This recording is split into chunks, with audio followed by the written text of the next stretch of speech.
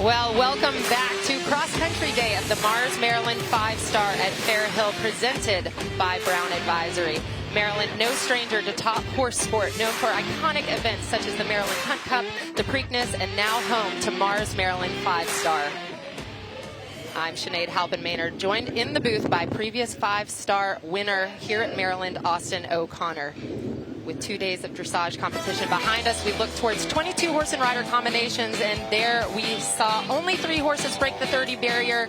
One of them was Felix Bogg, and his stylish mare Cartagena made the trip worthwhile by executing a forward and flashy test to earn a score of 28.3.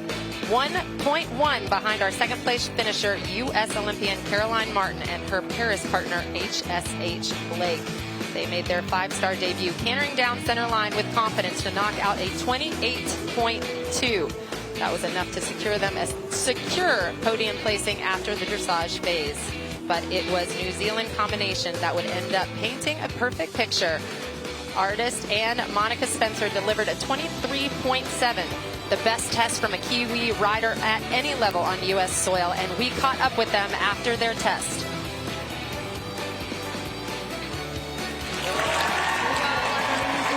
Dressage competition, so it's serious out there, and there's some real different stuff that I've never seen before, so it'll be interesting to see how the day unfolds.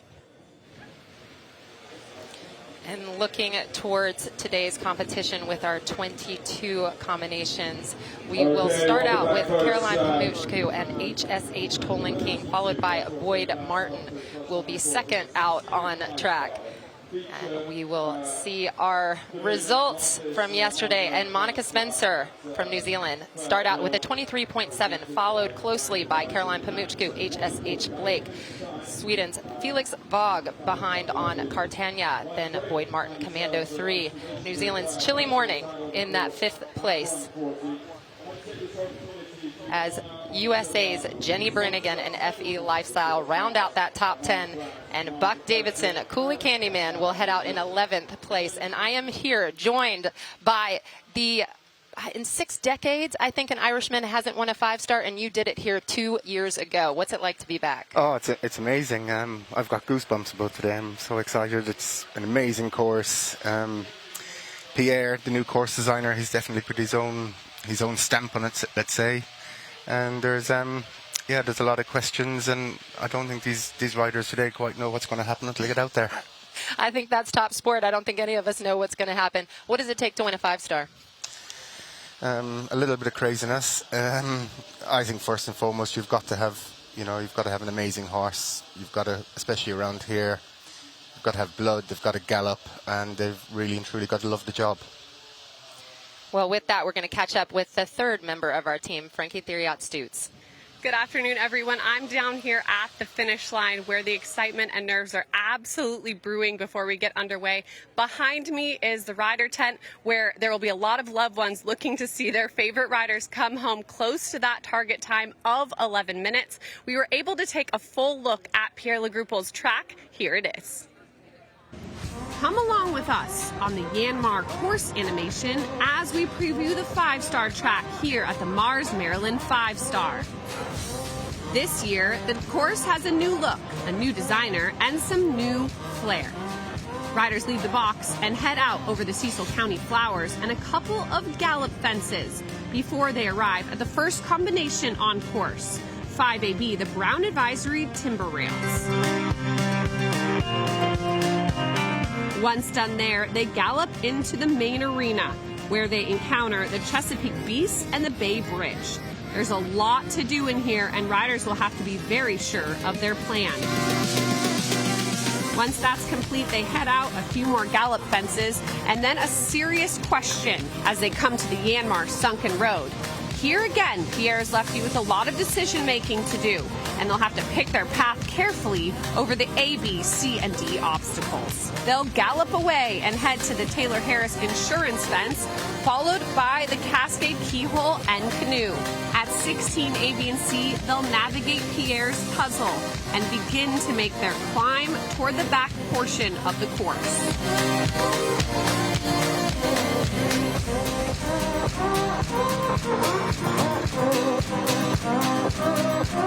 At 20, they'll get their feet wet at the Brown Advisory Sawmill Water before continuing that climb yet again up the hill. The crowds will be waiting to cheer them on as they come to the Mars Sustainability Bay at 23A, B, and C, and what has become a very iconic part of this signature track. Here they have some decision making. Do they go left or do they go right? That's what the crowds will be waiting to see.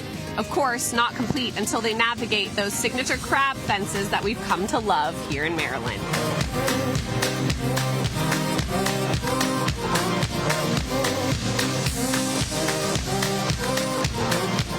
Once done here, they begin their quest for home.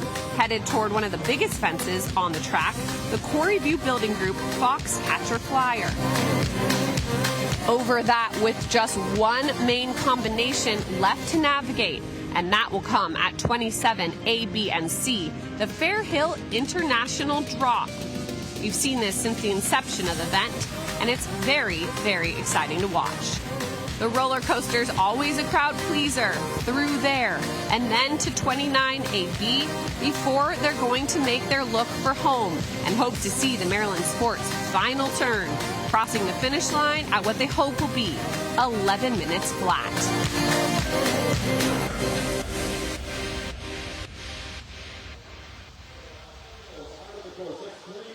And it is all getting underway here with Pierre Legruppo's course. 11 minutes flat will be the optimum time, 30 obstacles, 46 jumping efforts, 6,270 meters out there at this beautiful venue here in Cecil County. We get a shot there of all those tailgating spots up by the Yanmar Sunken Road, which will catch up with our riders early. Looking not to add any penalties to their dressage score, a first refusal of 20 penalties, second 40, third unfortunate elimination, fall of horse and rider elimination, missing a flag, 15 penalties, and every second will add 0.4 to their original score.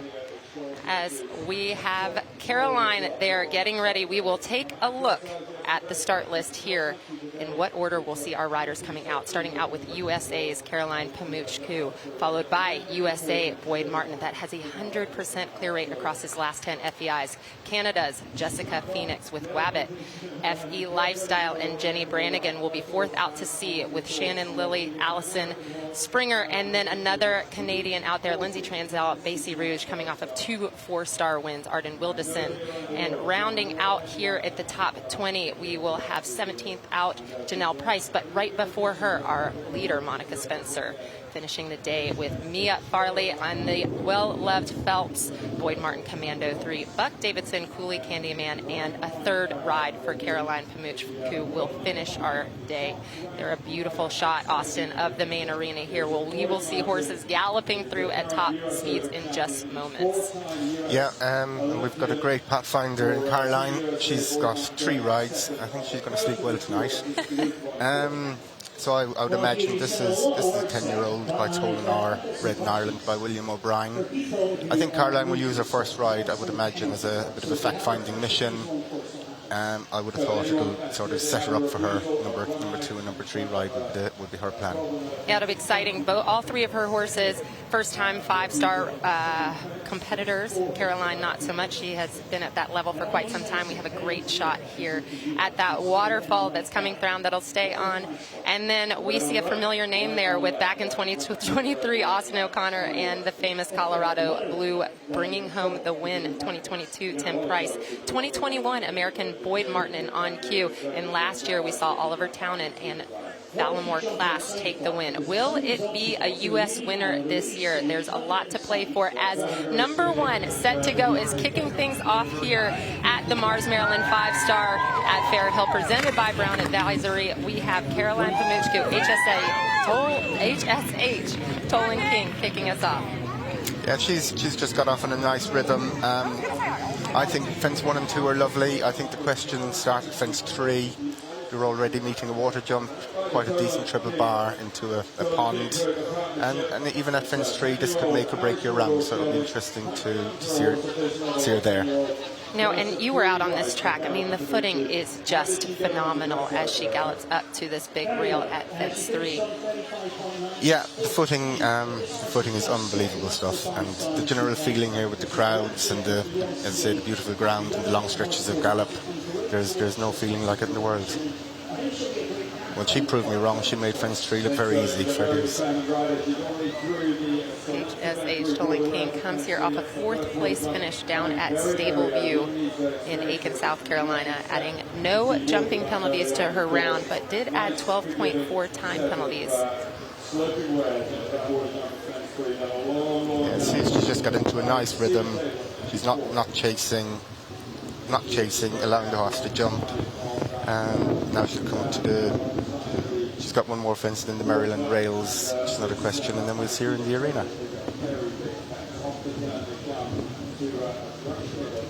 We've got this big, beautiful cedar table. I mean, so much brush. I mean, the course builders here have done a phenomenal job. The brush, again, just making a nice, soft outline for the horses to get thinking out in front, jumping up and around these fences as she comes to the first combination.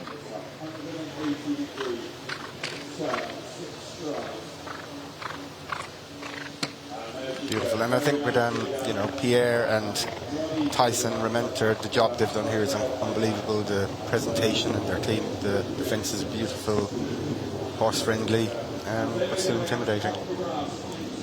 There we have a shot down. Boyd Martin getting ready to go. We'll see the horses out every 5 minutes. So we'll get to spend a lot of time with our 5-star riders as Caroline comes in to navigate the arena here. 7ABC will happen here in a moment. This has been a huge question, a huge discussion back at the barns, Austin. Yeah, and we have no idea how it's going to ride. I think Plenty will take a slight alternative route. Yeah, nice 5. And she's taking an alternative C, which I would imagine was her plan, because she was on the perfect distance, and I think the director would have come up well for her. So that would encourage the other riders and give them a bit of confidence. Absolutely. And it does seem like now you can kind of gallop away, get out of the arena, and really get to business once you get that put behind you. Yeah, park that now, move on, and you'll up a gear. You've left the arena. A couple of nice big jumping galloping fences before we come to our next combination, which is certainly interesting.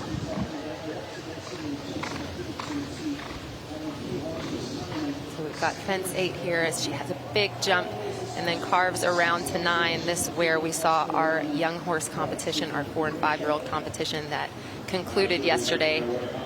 Got the young horse championships here. We had the 3-star happen this morning, and now we have the pinnacle of sport with a 5-star this afternoon as she gallops down towards our Myanmar sunken road. Another really, really interesting question. When I walked this, I didn't know if the first jump was a table or a corner to start out. I think Pierre really put his mark on this. Well, the direct route is definitely the corner, hopefully in a 4 strides to a real big open ditch, 2 strides to an arrowhead, and another 2 strides to an arrowhead will be the direct route there.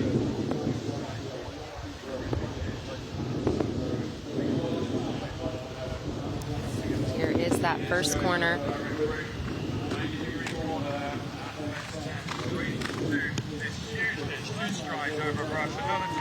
Oh no!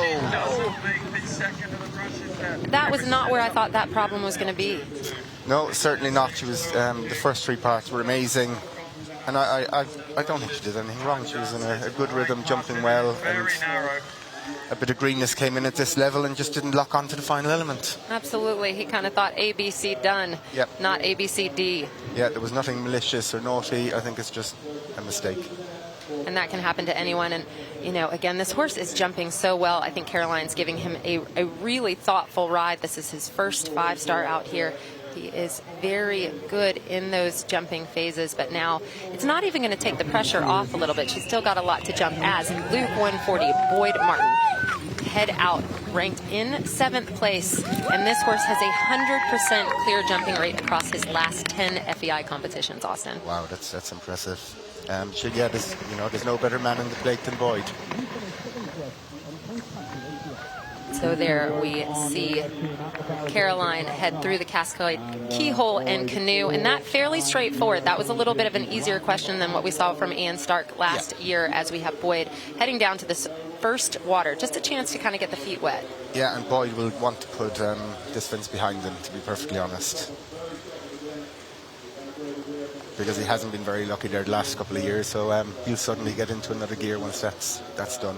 Yeah, it's kind of wild. He came in and won with On Cue back 5 years ago, and since then has had kind of rough tracks around here, but he brings two of the nicest horses in his string that he's had for a long partnership. We saw him win the U.S. Open Final and Series last week on two phenomenal horses that he's taken over the ride recently from Liz Halliday, who produced those horses so beautifully to Top Sport. But these two horses here, Austin, these are like hand in glove. He's had these in the program. He's developed them. If he's going to take on and have a real crack at it, these are the horses to do it. Without a doubt. But I went to visit Boyd at his farm the other day, and the setup and the routine and everything there is unbelievable. He's got an amazing schooling centre. So yeah, everything, all the homework is certainly done.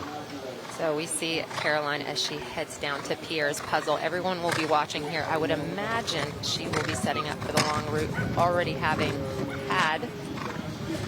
Good girl. She is going direct. Wow. That's how easy it is. That's how easy and it is. Trust us, it's not an easy fence. I think that was I think where Pierre was saying trust me. Yep. And I think that was where everybody was scratching their heads walking the course earlier, saying how can this be done? And Caroline just made easy work of it and jumped it, I think, just the way Pierre would have hoped. And everyone will be taking a deep breath, especially Pierre right now, as we welcome Boyd into the ring here. We'll see if he takes on the direct route.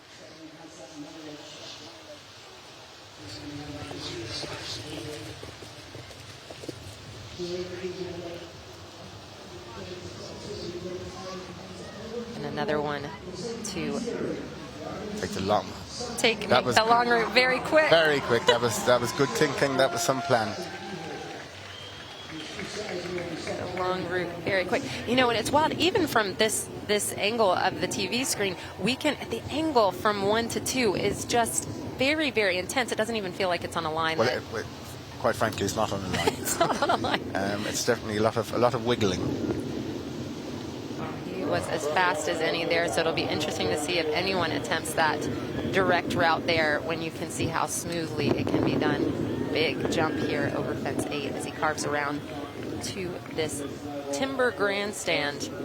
And Rupert's Landscape Turf Roll, again, huge thank you. Our broadcast is brought to you today by Rupert's Landscape, that take care of this property all year long, so our horses can have such phenomenal runs here, and we are so thankful as we catch back up with Caroline.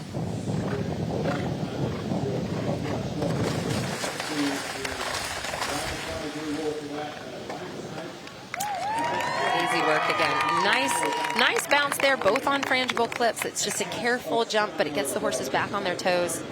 I think, great work, but I think we've got to appreciate how good a job Caroline is doing on this mare. It's so exciting for America. We have two Americans out in the field.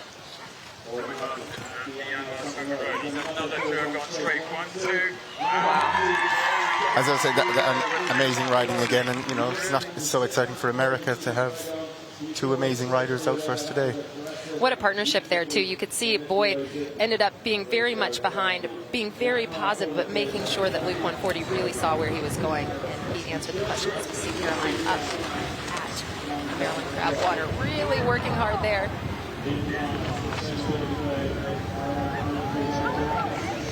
So she's making the circle, taking the alternative route. She obviously felt she didn't get the good enough shot up the step. And she's, looking after her mare. But I think you watch Boyd here. He's proper cross-country riding. He's making it happen. He's not just like he's in a school doing a grid. He's being effective, and he's being incredible. And next out of the box, we have Jess Phoenix and Wabbit. Another one that we were excited to see in the beginning of the start list. This horse has an incredible cross-country record, and she's been all over the world with this thoroughbred horse. Wabbit, owned by longtime owner Jim Phillips and Jessica Phoenix. Wabbit looks keen. Well, he's basically on a racetrack right now. Yep. Catch back up with Caroline, who is having such a mature round, Austin. Incredible, and I think, you know, she spent a lot of time with Andrew Nicholson and Pippa Funnell in the UK, and now that's paying dividends. Yeah, this is a tricky combination. There's two corners that are hidden right behind these trees, and she looks left, decides to take the option, realizes that HSH Tolan King is having too much of a conversation to lock on as we catch up with Boyd here coming down. He won't know that Caroline has successfully navigated the straight route here.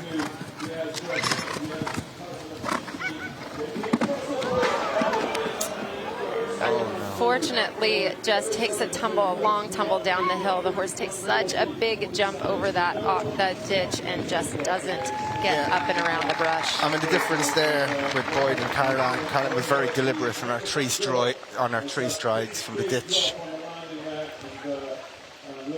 and Boyd was in between. And he got there in 2.5, and sadly, but he has another go. Well, both horse and rider up, and unfortunately that will mar that 10-run clear rate. We have seen Caroline successfully navigate Pierre's puzzle, but it was not solved by Boyd on his first ride. But we will see him later on today as we look towards Jessie Phoenix and Wabbit to come into the main arena.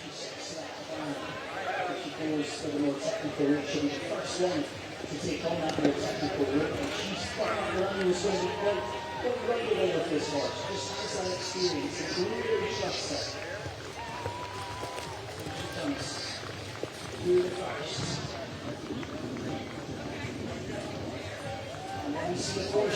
There we go. Easy as that. You know, what's so interesting is these first few riders, they won't have the information. You know, the ones that are going a little bit later will watch these first three, see what's working. Does that help or hurt? It certainly helped me when I was here. I was first to go, so I knew no different. But, you know, again, with Jess there was great cross-country riding. She changed gears. She changed her approach in the first 6 fences. She got there, you know, she got there in the nice 5, and she made it happen, which to me is what it's all about.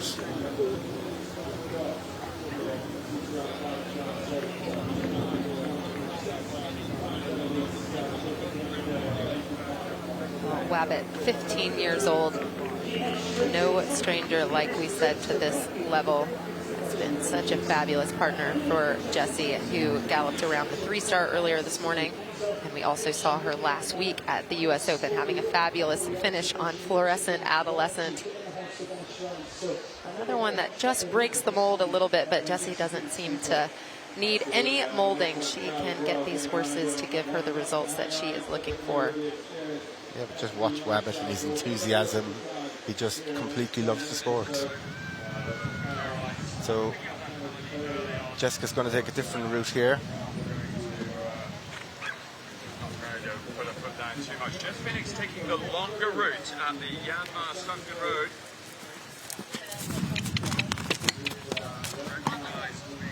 So obviously she feels Wabbit is maybe a little ditchy. Maybe she didn't feel comfortable with something about that line. She knows this horse so well. She felt like here was the place she was going to take the option, but she'd go direct in the main arena. And we have word back in that Caroline has finished on Tolan King, adding 20 jumping penalties, 29.6 time penalties. She will have a score of 85.5 as we watch another rider that we have high hopes for here, Jenny Brannigan, out in the warm-up with her longtime partner, FE Lifestyle. Yeah, we're keeping everything crossed for Jenny. She's had a bit of a rough old year. She went to badminton, or went to go to badminton, small injury just the week before, didn't get to compete. And there's nobody more hardworking or talented in the sport. Completely agree. So. This horse, again, another one we were happy to see early on in the start list. The Lifestyle, owned by Tim and Nina Gardner, 15 years old. Yeah, the Garners are great supporters of American eventing, and in particular of Jenny.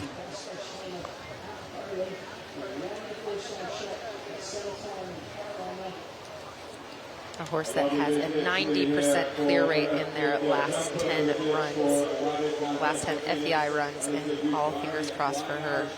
Again, coming with that small injury from last week. She was originally slated to have 2 rides here in the 5-star, but decided just to keep it to 1 with her longtime partner here. And she knows she put in the test of a lifetime to get herself in a very competitive spot coming out here. And this horse is so fast and so brave.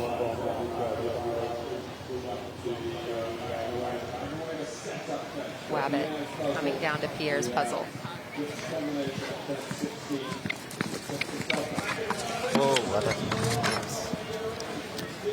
And just, she puts her hand up. You know, I remember back a year or 2 ago, this horse had a real fright at a ditch down at Terra Nova, and I'm wondering if that's again why at the Sunken Road she decided to go long, and here he just saw that ditch and said, I'm not today. So she puts her hand up as we see Jenny fly over that big brush.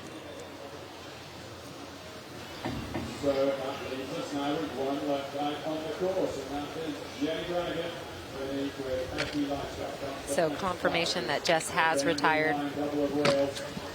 So at these rails there, you could actually go a little bit longer and get a straighter line to boat, but so everybody so far is coming on a nice tight angle.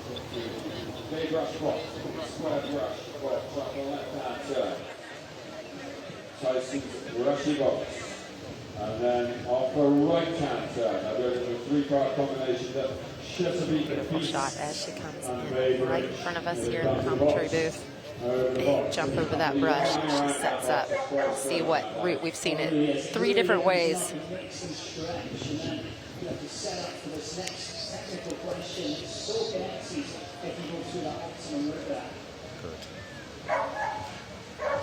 Brilliant. That's how you do it. Just do it like that, guys. That's how you do it. It just takes some patience, doesn't it? I mean, they're big enough jumps. You've got to be committed, but you can't be in a hurry. No, you've got to have patience. But at the end of the day, you know, we're here at one of the biggest 5-stars in the world. You've got a bunch of 5-star riders. They're all top class. They all know their job.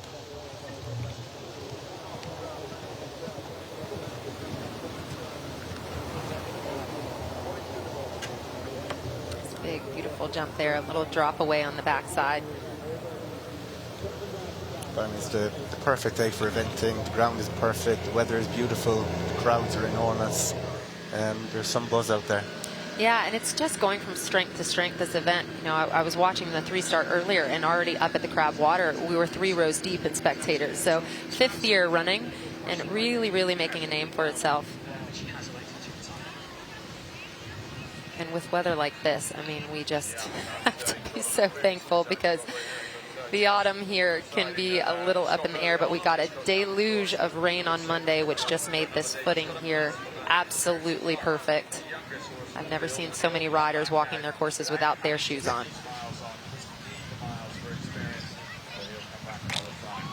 Here we watch Jenny at the Yanmar Sunken Road. It's Very good. She's riding so smooth and so confident. You know, she knows this horse so very well. Like you said, she's had some bad luck here. It just needs to be about her and her horse tackling what's in front of her. Yeah, but that's nature of the sport. You've ups and downs, and I guess it's called resilience. Balance somewhere in the middle.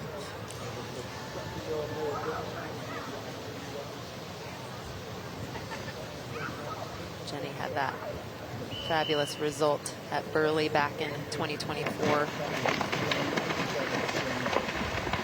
Finishing right outside the top 20 with a good jumping round. And she is right on time, and we throw down to Frankie at the start.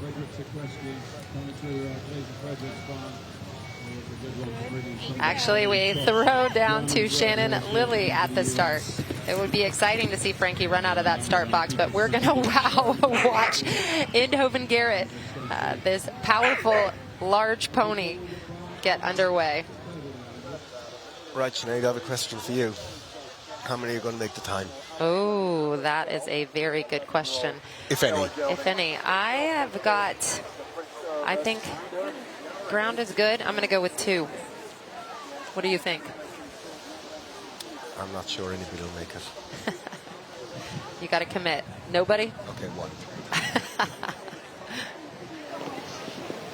Well, we'll be keeping an eye on the betting. Although we work for the event, we are not allowed bet, but there is a lot of betting going on here on our top competitors. The Sports and Entertainment Corporation of Maryland is excited to announce the first of its kind partnership with Craft Sports, a sports book tailored exclusively for the Maryland market, as at the Magna Wave Jump we see Jenny Brannigan. Okay.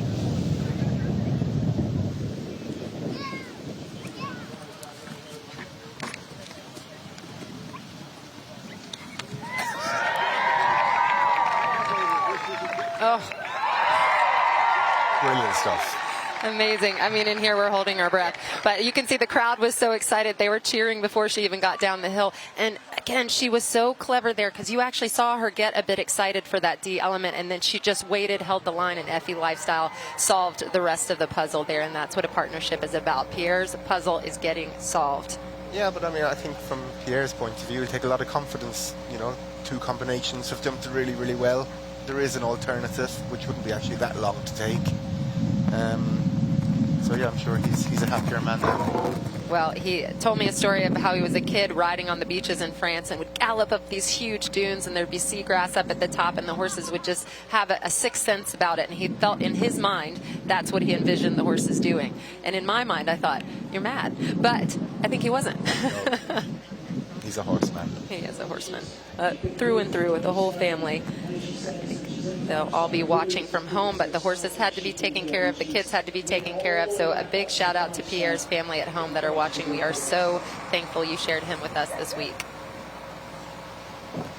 Great shot here of the Clip My Horse aerial view, drone shot.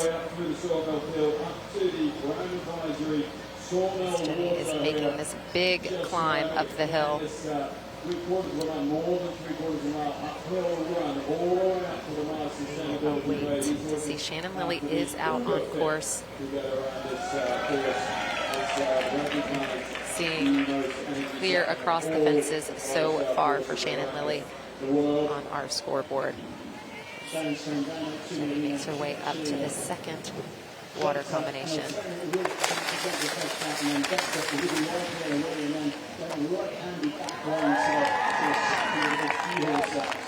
You know, I think a much nicer question there last year. There were 2 corners there that caused so much heartbreak for the horses out here, and for, I think, Ian Stark a little bit. I think there was a midnight bonfire of those corners. Yeah, but now this water's riding well. The bounce coming out of water, it's a fair question. It's a nice profile, and the horses are jumping it well. What we don't really appreciate on the screens here is actually the climb. I mean, they're climbing all the time for about 3.5 minutes. So, right, you know, before you get up to the water here, they've got to get a breather at some point.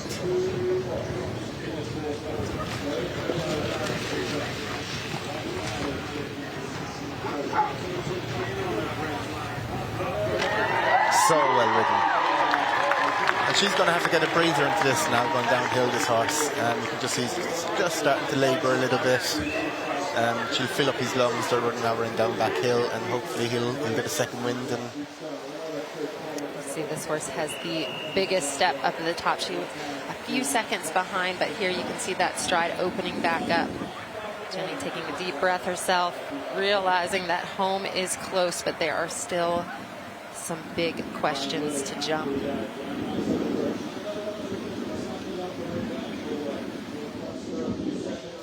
Super shot. And now she's got to ride. She's got to ride what's underneath her. She's got to forget about her watch. She's got to get the rest of the jumps jumped, and it'll be a good day for her, hopefully. She'll head up the hill to this big elk oxer at 26, and then 27 ABC, the Fair Hill International drop. It's got to be patience, set time, get a nice line to the corners.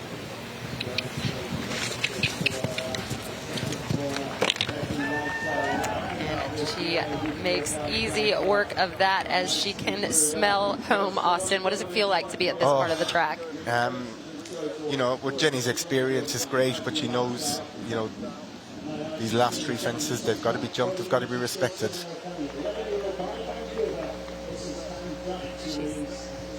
She's 12 seconds down, but she is turning those extra burners on.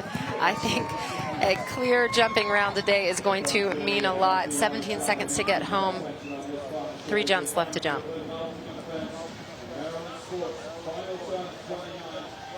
She's not going to quite make the time. 2 more jumps left to jump. But it is going to be a good day at the office for Team Brannigan. What do you think about that? Sinead is getting emotional here. I am getting emotional. That was, I think anybody watching, that was class cross-country riding.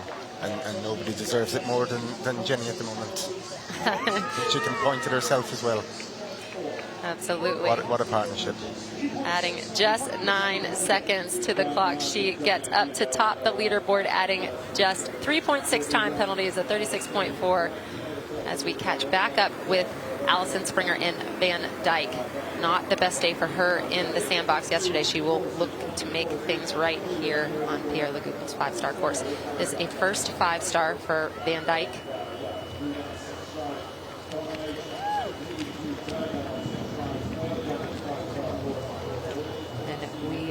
Seen a lot of Shannon Lilly, but still looking clear on the jumping across my board. We actually did see her in the arena off-site, and she did take the very long way, but she jumped as good and safe. Allison comes into the main arena, Van Dyke.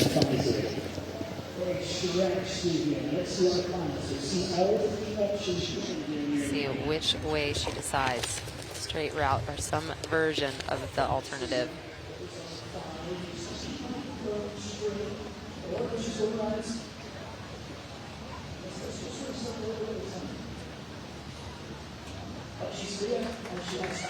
And just moments ago, here's Shannon Lilly coming down to Pierre's puzzle.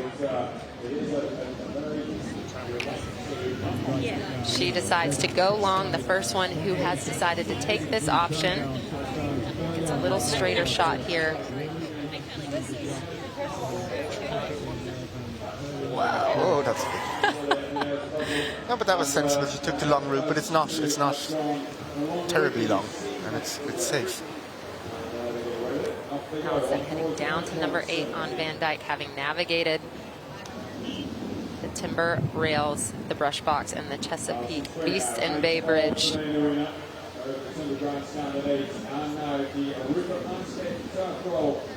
Back with Shannon.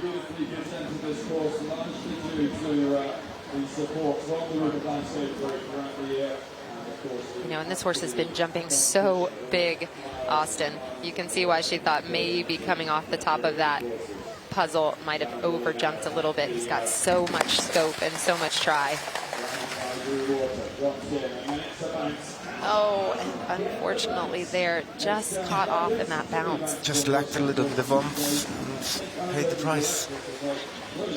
You know, he's put so much effort into actually getting up over the air. You know, you watch the horse jump like that and it's exciting, but it is, you know, it is an extra effort every time they have to try so hard. You're using that bit more energy.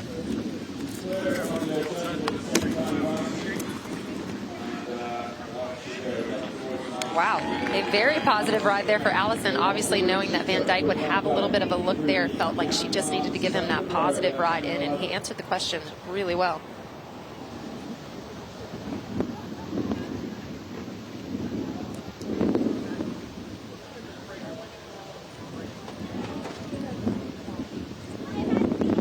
Certainly looking determined. She really is. You know, Van Dyke always has that serious look to him. Yep. She had a long stretch there where at the level she was kind of putting a 20 in, but the last 3 runs have been very successful as we watch Canada's Lindsay Transel and Basie Rouge. Get back over there. This is not the best place to be. The timer has gone. She's got to get Dreamy back to the box. are precious seconds you do not want to be losing.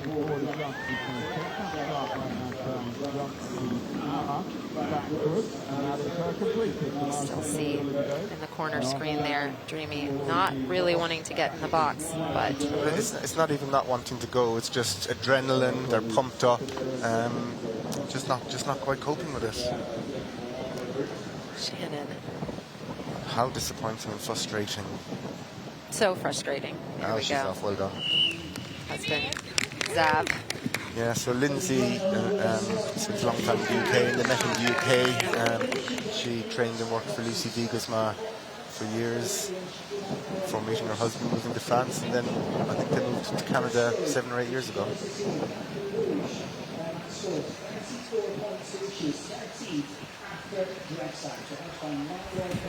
It is taking all of Shannon's work here to get this done. As we head down to Frankie, who is with our current leader. Yeah, well, Jenny, absolutely a masterclass round here. You add just a few time faults to your score, but this horse, this partnership, and getting it done here today. Yeah, I'm just so proud of him. I mean, I think we both had, you know, obviously with the fall happening at Badminton in the trailer, and then me not being quite right here, you know, this morning I kept saying to myself, like, does God have a plan for me here? Like, is he telling me to stop eventing more? But I knew, like, you know, it's, I think he's leading me up to having it go well here and just giving me some challenges. So he was so beautiful, and I'm just really grateful he took care of me out there, because, sorry to be emotional, but it's been a rough couple weeks, you know, with the horse falling in the start box and hitting my head, and yeah, I'm just really grateful. Well, a lot of grit, a lot of determination. You are the first one to come through the finish flags with no jumping penalties. And the rumor in the barns was that this was going to be a tricky track, a true 5-star, a lot to tackle. And your overall impressions of Pierre's course? I think it rode beautifully, but Foxy's a real 5-star horse. And I doubt I'll ever have a horse that's that good of a cross-country horse again in my career. So I think he makes it all doable. Well, a lot of good tears here at the finish. A huge hug from your friend and longtime coach, Philip Dutton, as well as, of course, your amazing owners, and it does take a village. Back to you guys. Well, we just got word in, unfortunately, that Allison retired, so we will get that to you when we see it as we watch Shannon Lilly finish, and her horse has definitely caught his second win. He looked a little tired as he climbed up the hill, but she will be thrilled with this 5-star horse coming through those finish flags. Great day for her. There we have a shot of Allison, unfortunately, heading home on her partner Van Dyke. As we catch Lindsay in the main arena. Yeah, she's got going. We don't quite know how far down she's in time. She was late starting, but she parked that, she put that behind her, and she's out of the main arena. You know, she's coming off 2 strong 4-star wins. She represented Canada at the Pan American Games, just missed out on Paris. You know, very much was contemplating whether to go to the Open or come to the 5-star, but she really wanted to get her 5-star completion here. You know, it's pretty amazing. A lot of these horses can end up representing their country and not actually have gone to a 5-star. That's what we'll see later on with HSH Blake, who has represented in Paris, but this will be his first 5-star.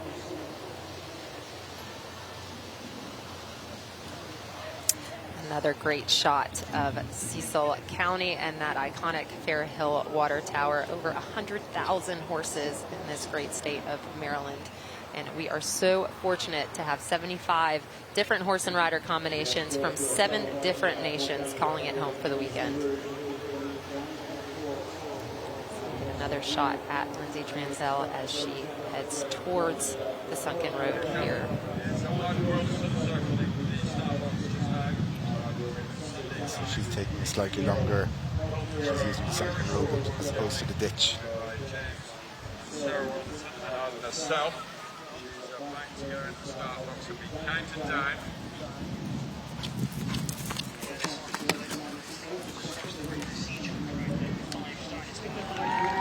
You know, and everyone's expectation of where their goal is when they set out is going to be a little different. As we have Arden Wildison and Sunday Times, her longtime partner. Mumbles, as he's known in the barn, one of our fastest horse and rider combinations. This horse, 18 years young.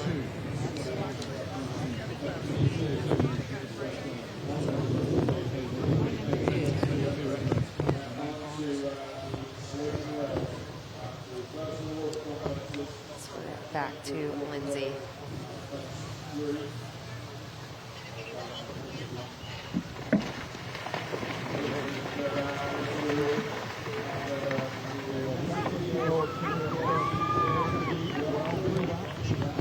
Screams from the fans as Lindsay gallops past the warm-up.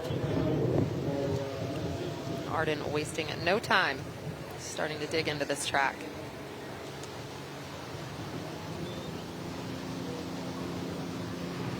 He's got a bit of work to do after the dressage, but as we're seeing already, it's certainly not a dressage competition. Well, and I don't think there's actually been a winner here that has led from the dressage. You climbed up from 12th, didn't you? Yeah, it was well done.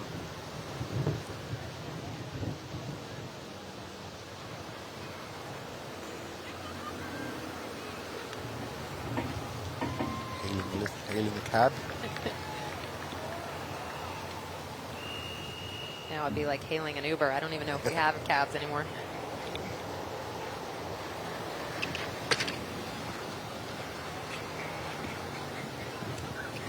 The second one much better. You know, those timber rails on our frangible technology as we have Lindsay heading out to Pierre's puzzle.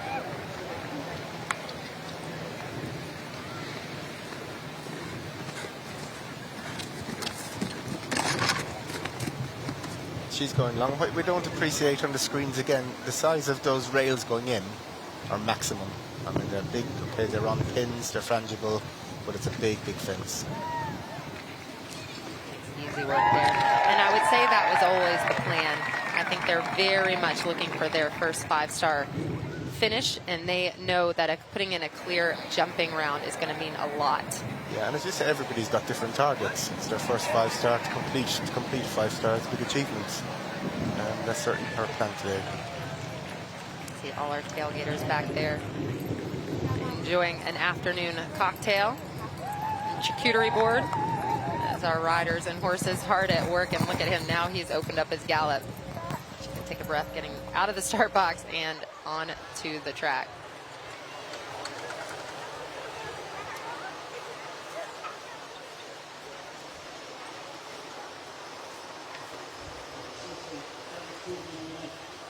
You know, on this big climb up the hill, this fence, when you walk up to it, it's just a nice soft jump just to get you up in the air.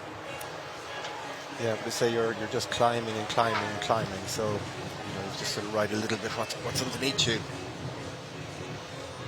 And if you're watching from a screen and you really want to get out on the track, run over, check out one of the Taylor Harris Insurance radios. You can have the broadcast in your ear while traveling all around, watching these great athletes tackle the track in real time.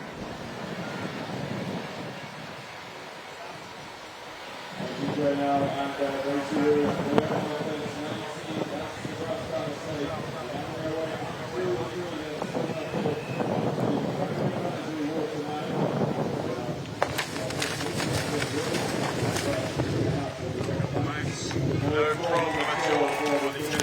Back up with Arden. Another to take the option there, or the long route. Yep. See, they're questioning Lindsay at fin 17 for a flag, but that's pretty standard now. If you touch a flag, it's reviewed and put to bed very quickly, hopefully, because she looks very clean and within the flags. And they can say that in the riders' meeting. They put the flag on there and then go back and watch the videos. So she makes her way around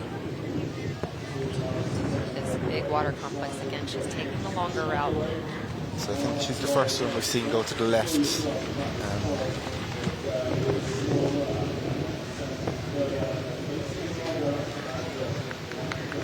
just a long way around at this stage.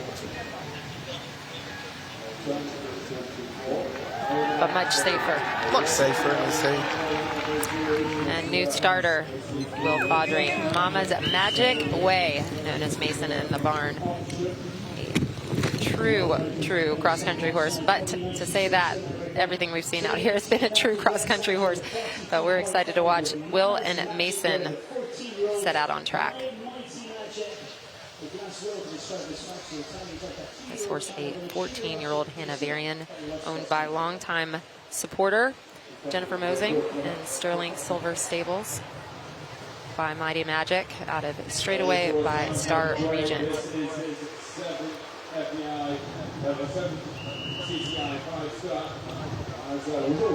Got a little tip forward at my fence tree, but survived, and on they go. You said it. You said it was going to happen to someone. Yeah, Mighty Magic, interesting stallion, German stallion. He actually won the World Young Horse Breeding Championships as a 7-year-old, from memory. That's a good memory.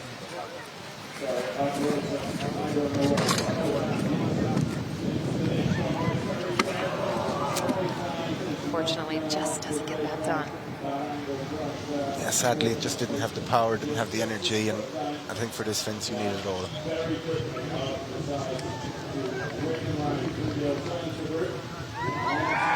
Very quickly around to the long route as we catch up here with Lindsay at the end of the track, who as well looks like she's going long. Yeah.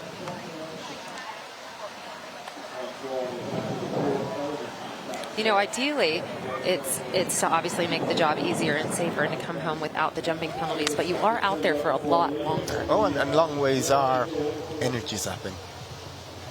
The only thing is the fences themselves are, you know, a fraction of the question of the direct route, but they are, you know, you start circling and twisting and turning, you're zapping energy out of probably the rider as well as the horse.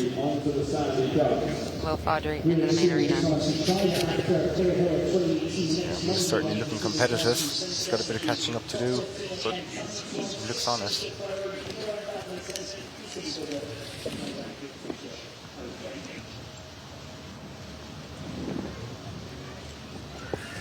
There we go. I mean, I'd say that's riding better than people would have thought. I think it's riding as it walked, really. There isn't a direct line. You've got to create a bit of a zigzag, and you've got to be a little bit patient and make it happen, really. It's quite a unique question. We haven't come across a question like this before. I suppose that's the art of course designing. And there we have Lindsay finishing, adding a lot to the clock, but that is also, she did not get out of the box for a little while, but clear on the jumping. We'll have there is a flag in question, and we will let you know as we also see she does have a refusal down on the scoreboard at fence 25. So as we know more, we'll get that back to you, but she is home, she is safe. As we catch back up with Arden. I think a completion today is going to be a big result. So no one home inside the time. Jenny Brannigan sits atop the leaderboard on a 36.4, adding just 3.6 time penalties. Again, followed by Caroline Mushku as Will comes down to the Yanmar Sunken Road. He's going straight. Foot perfect.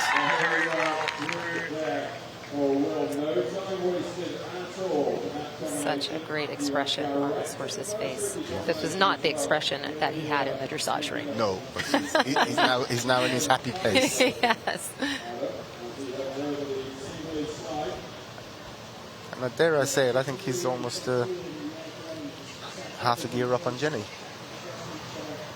You know, these two horses, Effie Lifestyle and Mason here, Mama's Magic Way, have huge steps. They're so straight. They're so adjustable on the cross country. They've got kind of a sixth gear.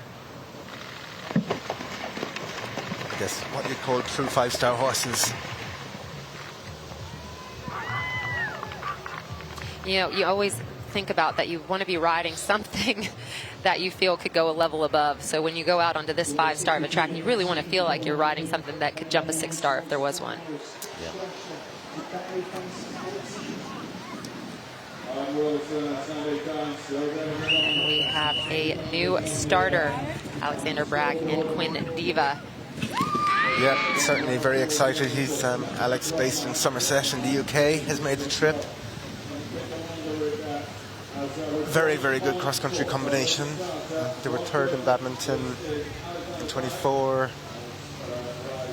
Definitely clear inside the time. Clear inside the time on Burley last year. So yeah. There's hailing that Uber again. It's working. It is working.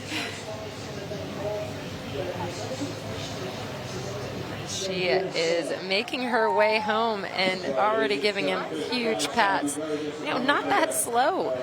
We're having some trouble and going a long route earlier. He is still full of running. She is smiling. As we catch back up with Will Faudree down to Pierre's puzzle.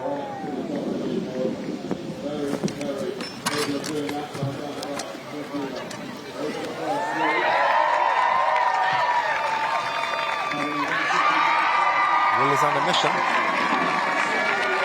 You know, I really think Will and Jenny really felt there's an opportunity here. And when a door like that shows up and you know that your horse is ready for this, you've got to get out there and take advantage of that opportunity.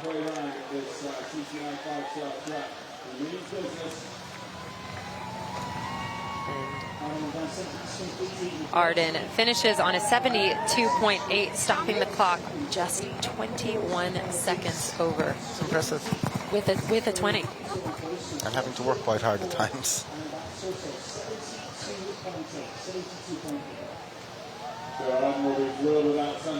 See Will climbing up the hill, spectators lining the ropes.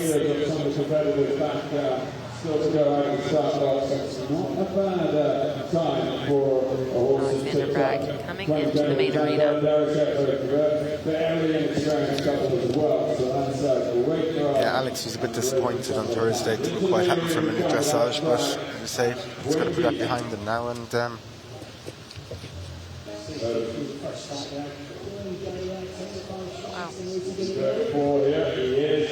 was brave riding. That was good. A beautiful mare, a little fist pump there. Yep. Always the showman, Alex.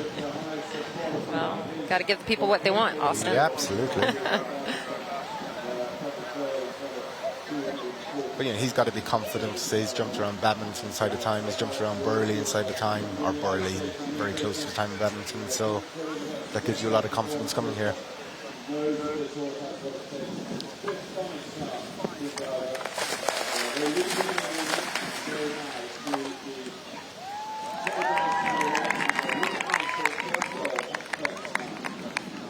As you can see there, after the bounce, he's just going to have to get a little bit of air back into the lungs again. But they do, you know, you give them a little bit of a break, they fill up and off they go.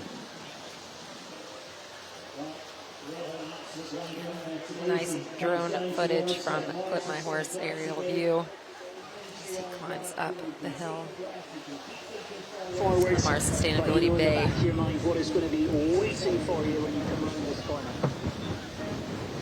That's a big white table, actually.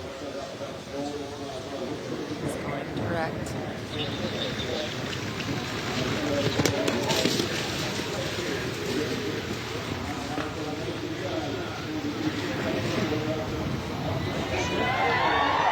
As good as we've seen it. Oh, very, very good. You know, it almost looks like they do land a bit stilted and flat off of the way in, but it's almost helpful. Oh, that helps you. Land a bit flat-footed, and then it gives you something to make the turn with. I think almost he might have been surprised how nicely that turn showed up. Get another look at that. Moments ago, here's Alex Bragg.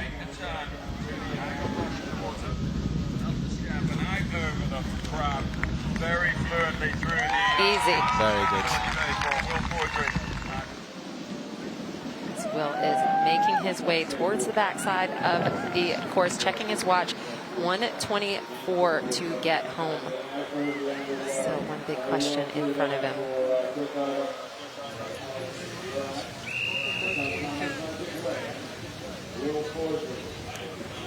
Oh no! Oh no! Heartbreak there at the end.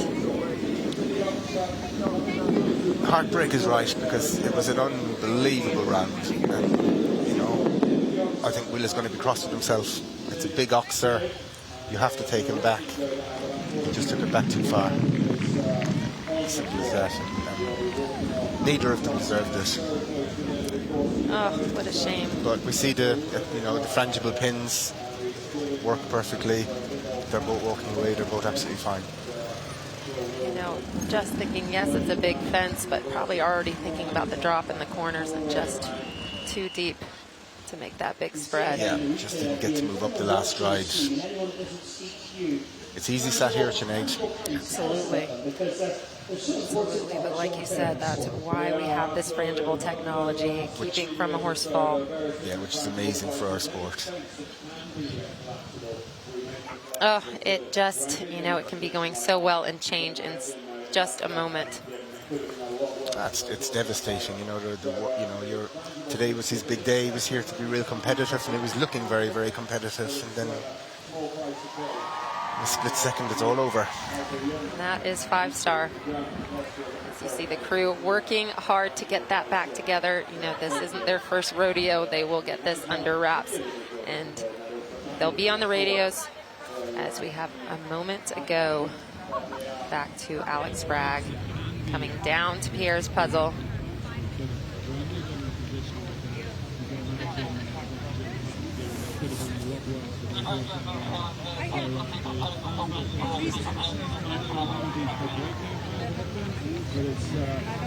Brilliant stuff. And let's hope they get that fence rebuilt and they don't have to stop him and break his momentum, because he is absolutely flying. Absolutely, as we see Caroline getting ready for her second ride. Second of 3 out here today. They're still working, building. It looks like they got it up. Hopefully they can keep going away. Excellent, excellent teamwork here. It takes a village. And Caroline she's the one. Another one with 100% clear jumping rate across her last 10 FEIs, but she has not contested a 5-star cross country. She did start the dressage at Kentucky in the spring, as we're back to Alex Bragg.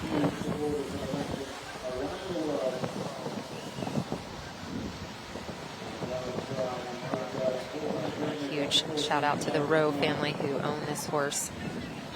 What a big effort to get over here to contest the Maryland 5-star.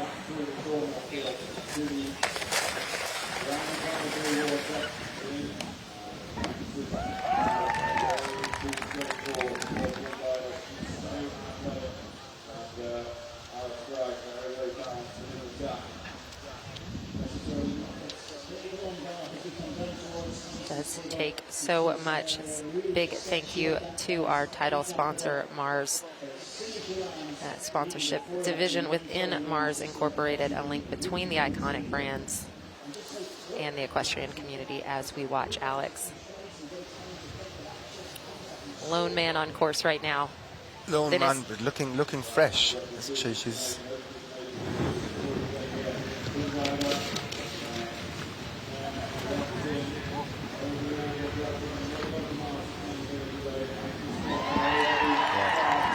This mare's got lots of gallop, and Alex has got her very fit, but I think she's come up that hill probably the best of all so far. So smooth, though. He's riding her so smooth and presenting everything in a way that's just not taking much of a conversation, and she's just full of running. No, they've got an amazing partnership. Their record speaks for itself. She's still pulling.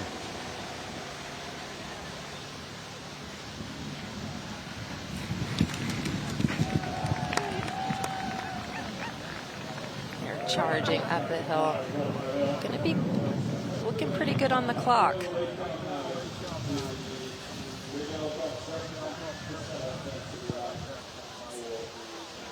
Get back to this big oxer that the team put together so beautifully. Here is the last real challenging question. I don't believe it.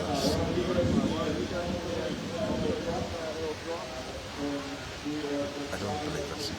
I don't think he believes it. No.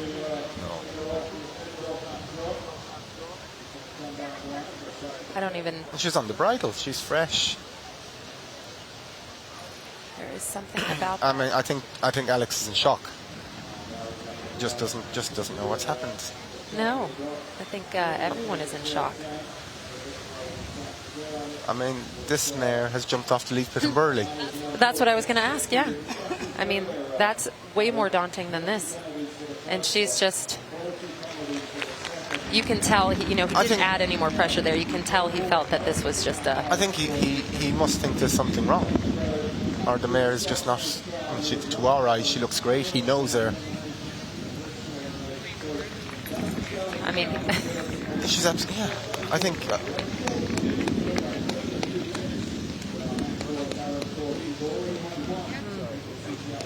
how disappointing. I mean, it's disappointing for everybody, but to make the effort, you cross the Atlantic. Unbelievable. And absolutely flying. I mean, you didn't even see that there was one stressful moment for them out on course. Everything smooth and easy. Right now, just... And while we wait to see what's going on, we've got our leader at the head of the clubhouse is Jenny Brannigan in FE Lifestyle on a 36.4. But we are going to head to a commercial break. Come back and see all that's happening here at Mars Maryland 5-Star.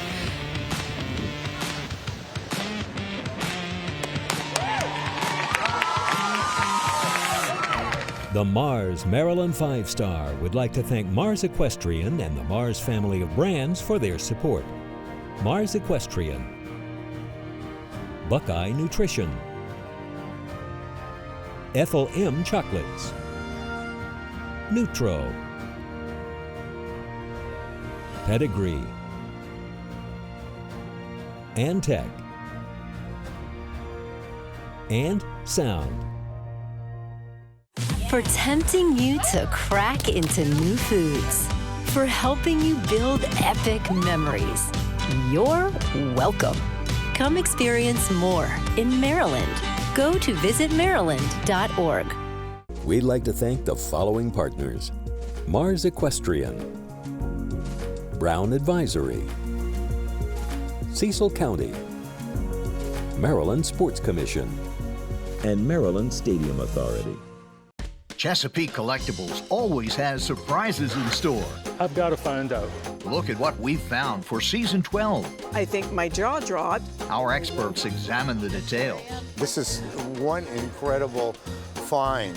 And viewers share treasured memories. Every time I read the poem, it brings tears to my eyes. Every week on Chesapeake Collectibles. Wow. Watch on MPT or stream on the PBS app. The Maryland Horse Library and Education Center in Reisterstown offers a special collection of over 5,000 equine-related volumes. Monthly events include panel discussions, author talks, and book signings. Visit marylandhorse.com to learn more. The 988 helpline provides immediate emotional support to people across Central Maryland. The helpline is free, confidential, and calls and texts are answered 24/7. Learn more at 988helpline.org. Round of the day so far, adding just 3.6 time penalties to put them right to the top of the leaderboard. The only clear jumping round so far. Behind her sits Arden Wilderson. In third place, Caroline Hamushku on her first ride, and in fourth, Shannon Lilly. An emotional round for Jenny as she's in tears, finishing with excitement. It's been a hard shake of a year for her, but no better way than finishing here in Cecil County with that fabulous round. Huge thank you to all those out here that are putting this show on. We have got Caroline about to start on her second ride. She's the one, another first-timer at the 5-star level. She's the one that started the dressage at Kentucky in the spring, but did not carry on to the cross-country, so she will be looking for her first 5-star completion. And this is one of only 7 5-stars in the world. We have 1 5-star in France, 1 in Australia, 1 in Germany, 2 in Great Britain, and now 2 in North America. And there are definitely the Worlds and the Olympics, but there, Caroline Martin, she's the one, hoping that she is the one today. She put in a wonderful dressage test to be heading out, starting on a 31.4. Our leading score right now, 36.4. So if she can come home clear on the jumping, she can afford a few time penalties here, Austin. No, but she should be going out with a lot of confidence. She had a great ride on her first horse. I thought she gave it an unbelievable ride for a relatively green horse at this level. And yeah, you can see already she's gone into a stronger rhythm. This one is here to be competitive. This is one of our fastest horses across the field. Just a 10-year-old mare by Jaguar Male out of One to Watch by Conditos. This mare owned by Andy and Molly Hoff, Sherry Martin, and Caroline Pamuchku. She jumps right to the bottom of that water. Interestingly, by the same sire as Colorado Blue, so another Jaguar Male, so maybe that's where the speed is coming from. Well, he did pretty well here a few years ago, so we will hope that heritage continues the line of success. You can already see Caroline, she's up the gear, she's definitely on a mission. How helpful is it to have multiple horses at a 5-star? In one sense, you would think you want to put all your focus on one, but having 3 across the board. It is, well, as long as your first experience is a good experience, it's a huge advantage. You get to know the lie of the land, you know your fences, no doubt, but it can work in reverse if your first experience isn't good. Like we saw with Boyd earlier. Exactly, it can go downhill for the rest of the day.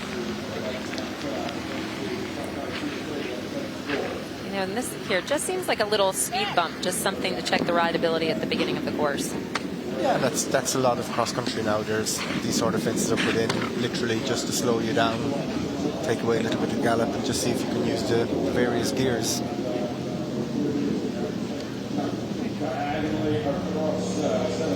Caroline gallops up into the main arena. You know, it's just wild. She's got 3 horses here, and just in January welcomed a baby girl, baby Blake, named after her Olympic partner at THSA Blake, who we will see later. She's a big shot to that, Austin. Great shot.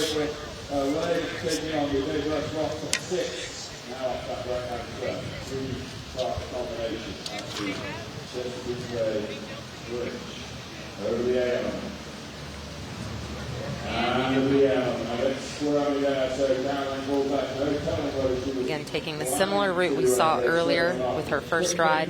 Very much planned. You could tell right as she jumped the second fence she was not planning on going straight. But it's some testament for Caroline to have 3 horses here this week at this level. It doesn't happen easy. I know that she's got a great business partner in Kelly Hutchison, who helps her to source a lot of the horses in Ireland and things. But it's a big team effort to have. Well, to have 1 horse here is a big team effort, but to have 3 is crazy stuff.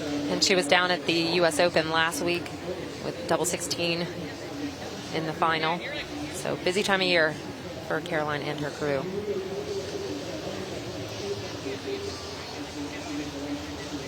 And just in updated that Boyd is been cleared by medical. He is perfectly fine from that fall earlier today, so we will see him later on his second ride.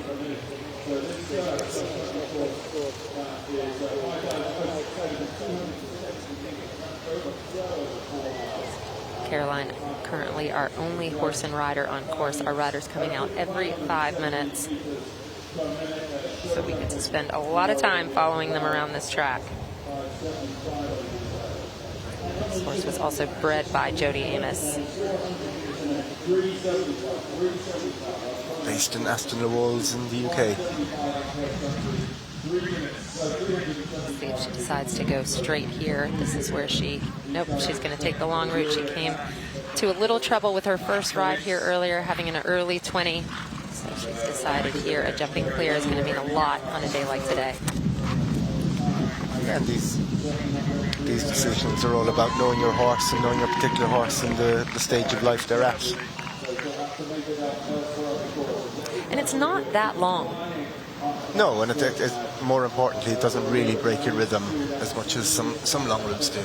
Yeah, it feels like actually on the long routes that Pierre's put in there, even if you have to do a little twisting and turning, it's at the beginning of the long route. He keeps shooting you back out onto the track that you were originally meant to be on anyway, which seems smooth.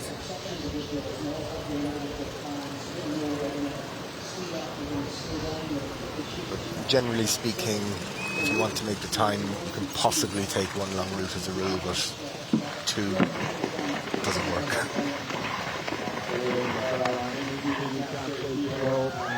Yeah, I might change my 2 inside the time wager. -2. -2 inside the time. No, I think Alex wasn't far off. That was, We have a new side starter, Sophia Hill and Humble Glory. Is a very fast horse on this course. A big trip for her, coming all the way from Australia. This horse and rider did contest the Burley Horse Trials, and then headed home, and now back over here, and she is flying. She's flying. She had a rough time in the dressage as well. Just didn't go according to plan, but an amazing cross-country record. She did a very good spin around Adelaide earlier on this year, and I think all going well. The plan is for the horse to stay in this part of the world and travel on to do hopefully badminton next year. I mean, huge gallop.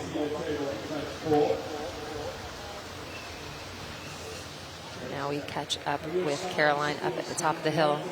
She was successful at solving Pierre's puzzle, the first to do so on the complex that kept a lot of riders up last night. We'll see if she decides to go direct on She's the One.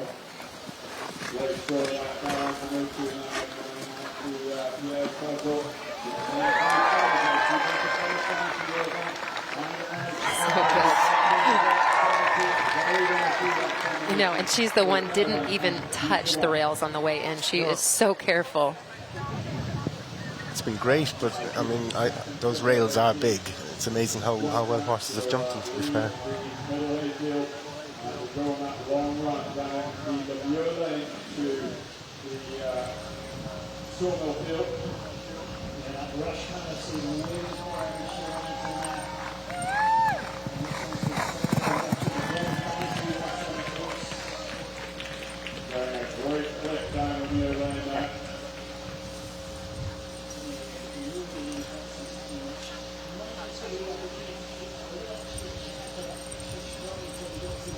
So great shot there. Clip my horse aerial view. You can see it's beautiful Cecil County, 5,600 acres here in the great state of Maryland.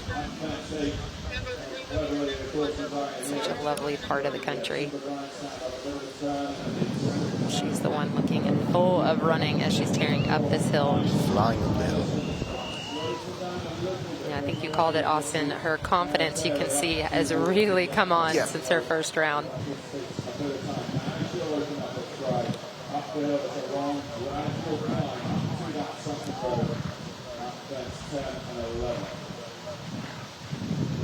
Just come around to this water.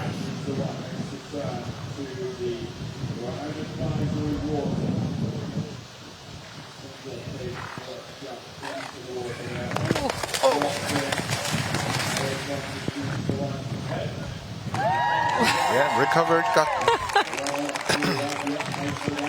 As we have Sophia here at the Yanmar. Question. Easy. Very good.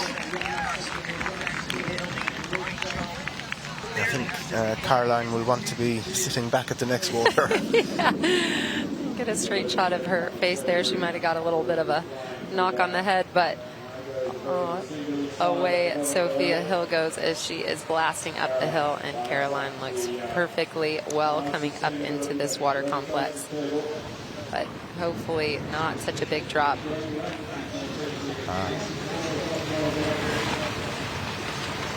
Making the decision there to take the long route. This mare jumped right to the bottom of the last water complex, so she's making a decision to... So, yeah, Caroline, she's about 30 seconds down on the clock, but considering she's taken 3 long routes so far, she's not doing so good, is she? No. And again, we have only had 1 horse home with no jumping penalties.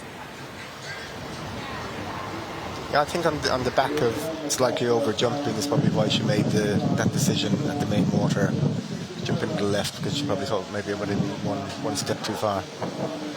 Again, that's just right, using your head. You know, that certainly wasn't her plan going out, but you've got to have a plan B, C, D. Oh no! You see the air vest go off. Horse up. She's up. Caroline She's up. fine. You know, and you just wonder if she was feeling that. Just a very bold mare, very brave mare. Just feeling like maybe wasn't quite on the same side as her, where she took that option up at the top. And, you know, to be fair, she looked back. She was never in the line. You know, we've got a very good camera angle. She just never picked up her line. But look, they're both up. Wisely going long here. Maybe we'll get another shot of that to see where that came undone a little bit, but don't think any penalties added there, as she very quickly picks up the long route. No, but that could very well have been planned, as I say, you know. Oh.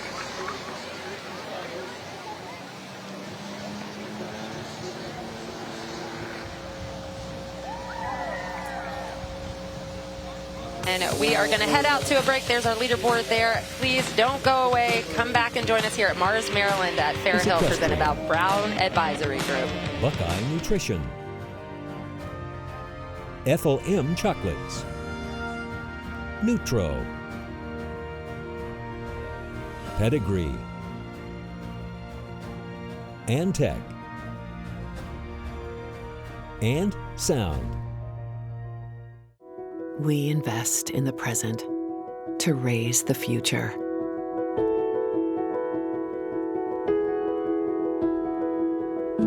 Brown Advisory, supporting the global equine community. We'd like to thank the following partners: Maryland Department of Commerce and Tourism, Maryland Department of Natural Resources, Maryland Department of Agriculture, and Maryland Horse Industry Board. The Maryland Horse Library and Education Center in Reisterstown offers a special collection of over 5,000 equine-related volumes. Monthly events include panel discussions, author talks, and book signings. Visit marylandhorse.com to learn more. We are in the very midst of a revolution, the most complete, unexpected, and remarkable of any in the history of nations. Objects of the most stupendous magnitude, and measures in which the lives and liberties of millions yet unborn are intimately interested, are now before us. John Adams.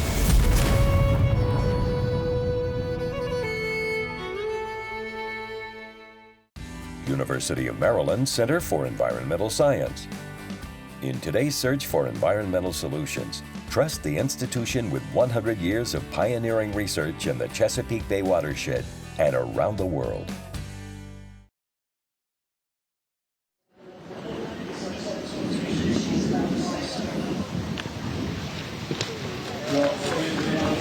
And welcome back to Maryland 5-Star here in Cecil County. It is all going on as Australian Sophia Hill makes light work of the Sustainability Bay. Up at the top of the hill here, we have this great drone view from Clip My Horse TV.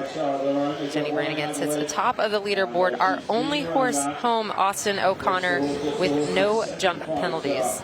Yeah, well, in racing terms, Jenny's a country mile ahead of the rest, isn't she? And deserved. Well deserved. And we've seen some fantastic rounds, but it's just taken one thing to have it all come undone, as we saw a second ago here at this complex for Caroline Pamuchku, who hit the deck on her second of 3 rides. But we will see her again out on her second place finish heading into this phase. Paris partner HSH Blake. Yeah, no, it's just been extraordinary.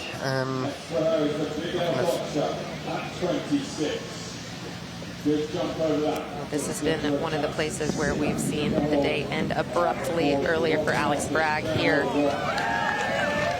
He turns it, goes direct. Very good. Kick on for home. She's got 1:20 to make it home, and I think that clock is pretty good. Time is 11 minutes flat, and the 10-minute mark was back at the bottom of that drop there, so I think she's going to be pretty good as we have a new starter in Taylor Mason, New Zealand rider based in the UK, Centennial.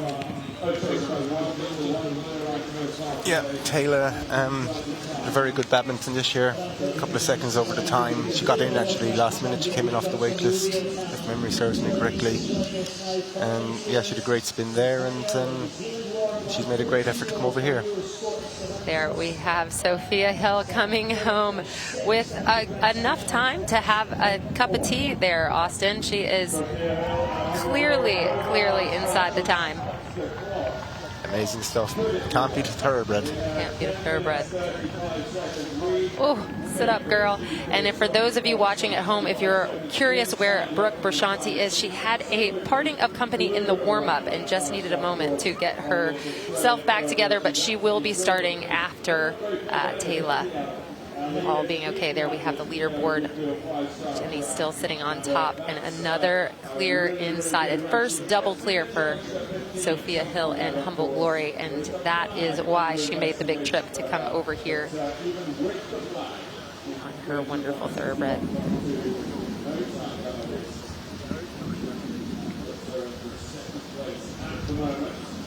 Taylor riding with Tim and Janelle Price, faced with Rebecca Howard, actually, Canada's chef to keep.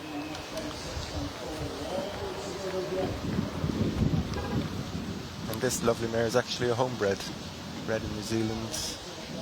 Had it from day one.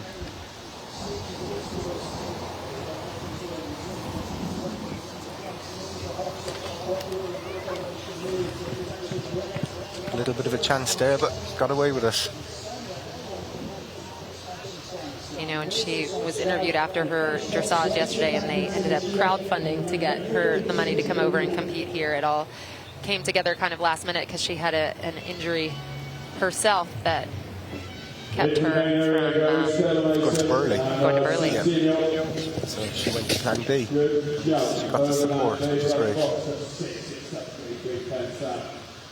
Off the turn, they come for this 3-point part, 33 combination over the corner. 1, 2, 3, 4, 5 over that. And is she going to go on the 4? Yes, she is. Interestingly, the direct route hasn't caused a problem. We've probably had half a dozen people go straight.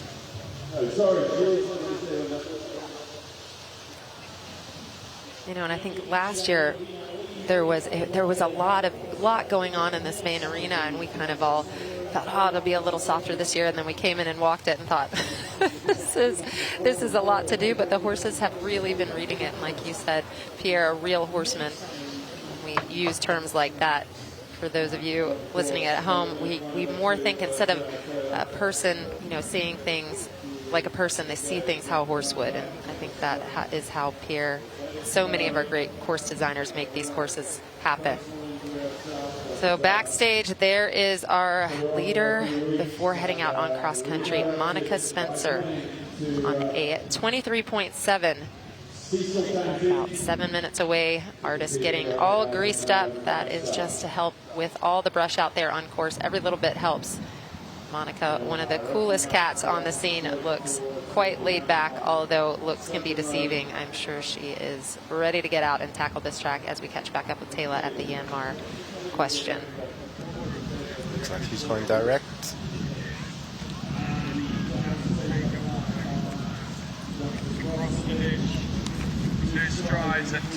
What do you think? I think she took the flag at the corner. I'd leave that up to the ground jury to decide, to be perfectly honest, but she definitely took the flag. So we'll keep an eye on the score here. We'll take a look at it again. They will have cameras. You can see the camera set up right there, so most likely that flag penalty will come on to the scoreboard. I think it's 50-50 from my opinion, but that's above my pay grade. Yeah, I think we'll stay at that. Thankfully.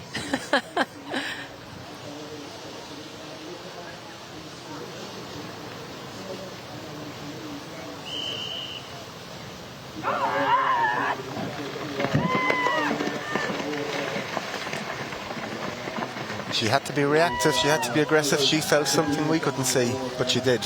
She used all of her aids, putting a good growl in there, and made it happen, as you see Mary Bess and Imperial Magic take off out of the start box for their second 5-star long. We saw them at their first crack at the level at Kentucky this spring, where a little miscommunication off the big drop added a 20 to their score, but here she is flying, and she knows a clear round will count on a day like today.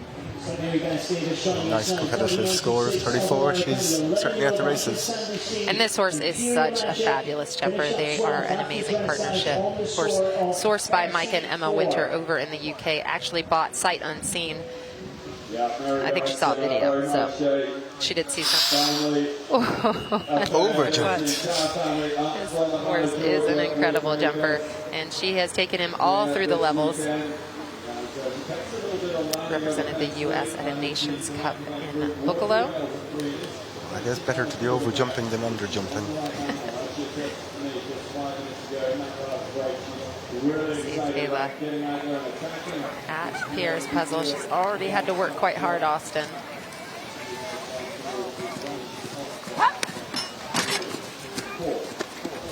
Come on!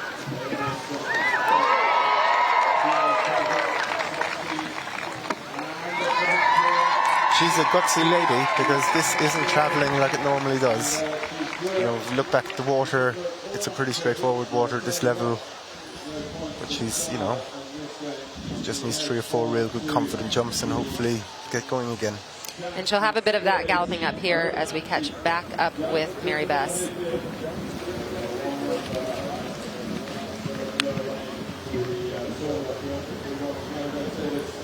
I mean, this is the other thing. Horses, I guess, are a bit like people. You know, you're not on perfect form every day, not on top form. And speak for yourself. I'm certainly not. Mary Bess into the main arena on this 11-year-old by Cassander C out of Kaija. I got to keep to that. A massive leap over it, but he kept on landing. Puts his head back up. There really is only one option here for her. A and B in the main arena. She's going to go the longer way to the C element. Very good decision. She takes Boyd's quick route. He is literally jumping her out of the tag. Yeah, I haven't seen this combination before, but it's just almost slightly over jumping. And maybe it just keeps going that way, but you just like it to lower a little bit more and make life a little bit easier. Hopefully, Pierre's given these horse and rider combinations after they get out of the arena 2 nice big fences that hopefully she gets a good shot to. Just lets Imperial Magic know it doesn't need to be such an effort. Back with Taylor.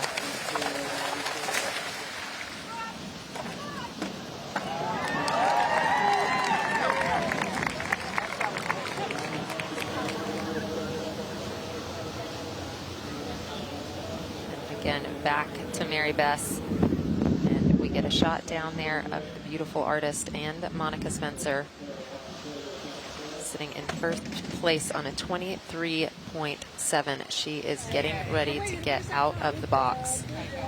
Jenny Brannigan leading right now on a 36.4. We are a minute away from her start.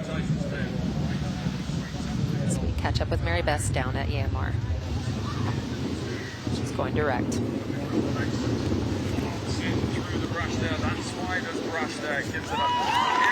It's better now. Yes. It is. You know, she trusts this horse so much, and that was her saying with this horse is just let him hunt the jumps, let him hunt the jumps. And you saw she just got to the end of the rein, trusted him to find the flags, and could go show jumping. Absolutely. And a very good dressage score for them. That has been the phase that they've been working away on, and a 34, a very good mark to head out on today's track, and they are flying in the early stages.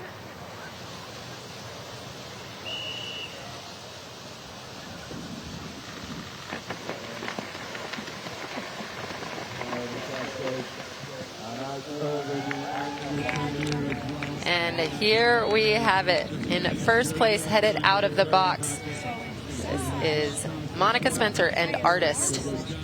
They have a 4.5 lead heading into the cross country, and this is one of the biggest first phase margins across 112 five-star events since 2008. And going by the form book with this combination, we should be in for a treat, I would hope. You know, it was fascinating watching the dressage yesterday, Austin, because he just looks so much even stronger than he has in times past. He's 14 years old. He's always been a beautiful mover. The dressage has always been a nice phase for him, but he just looked like he had another level of fitness and strength to him. Yeah, I think you find that with a lot of event horses, though. The more they go on, the stronger, the more, especially what I call the blood horses. If you're lucky enough to keep up the grades, they keep maturing, they keep getting stronger the whole way. But he was stunning on the flash. You know, she'll know that there are a lot of jumps to jump. Look at that shot. I mean, talk about a wingspan.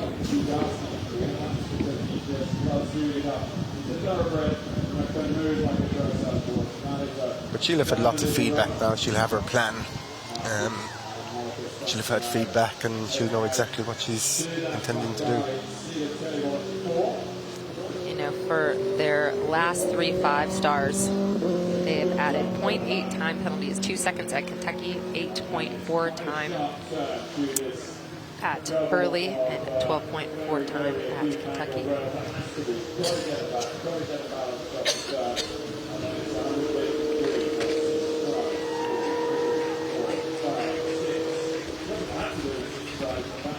And it looks like Taylor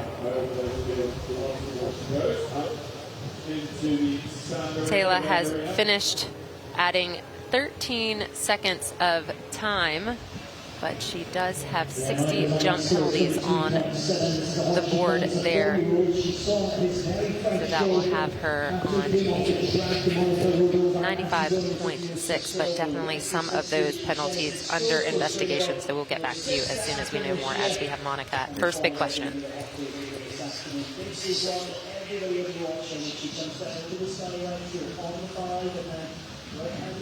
Perfect. She's flying.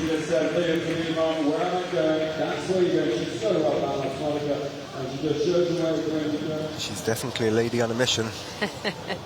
Well, talking about opportunities that are put out in front of you, she knows that this, of any horse in the field, is capable of jumping a clear here and a fast clear. This is such a good partnership. She's brought the horse through the grades since he was a 4-year-old.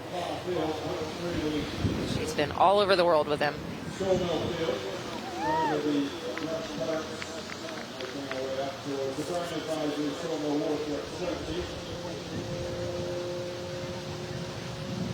Woo.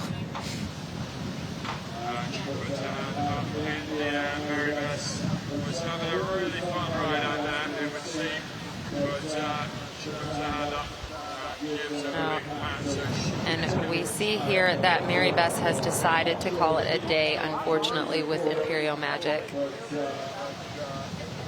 Put her hand up in the air. We see on the board that there was a 20, but we'll get more to you when we hear it. But both horse and rider safe and sound, just saving it for another day, as we have Monica at EMR.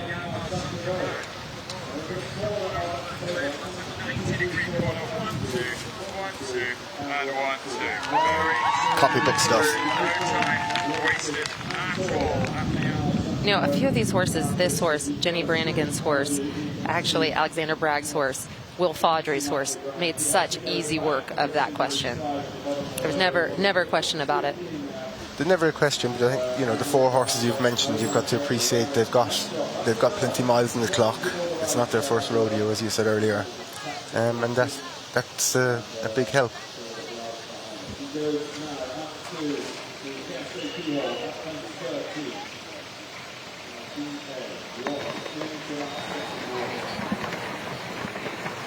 And there you just see the difference in the confidence in the jump in compared to our previous 2 horses. It's just something he does every day of the week.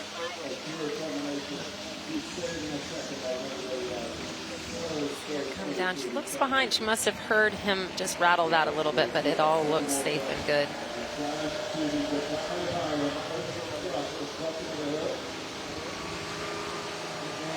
And here we have Brooke Frascianti starting slightly out of order. She had a little bit of an issue with a fall in the warm-up, but she takes off on her second 5-star here with Cooley Space Gray.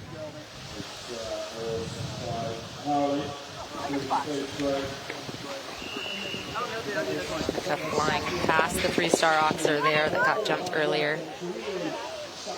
Beautiful shot here. You can see the crowds lining up out, watching a beautiful day of sport. Down there you've got Pierre's Puzzles. Monica heads down.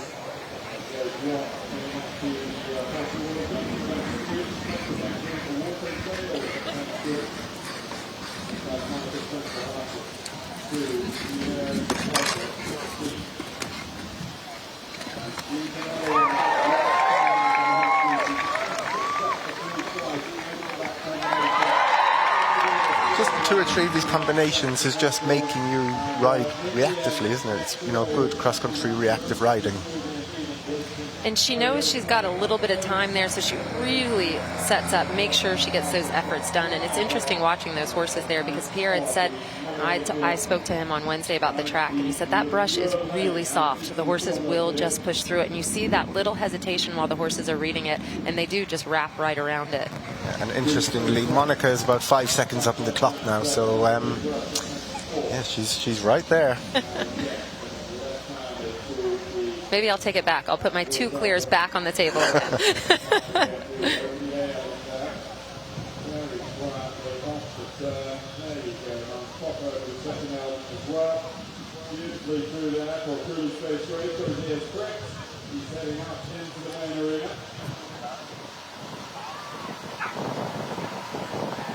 You know, but this is a fast horse too, Austin. I mean, it's hard to ride, as you know with your horse, it's hard to ride a fast horse slow. Yeah, it is, and I say they know each other so well, and it's just naturally blood. It just makes the job an awful lot easier. So he's coming up this long hill here, and he's just in a canter. It's a good feeling.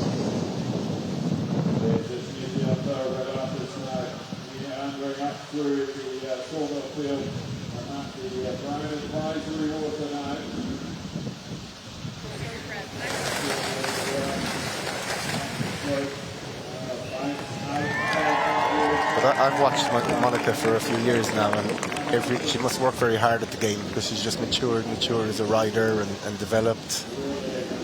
And this is the result.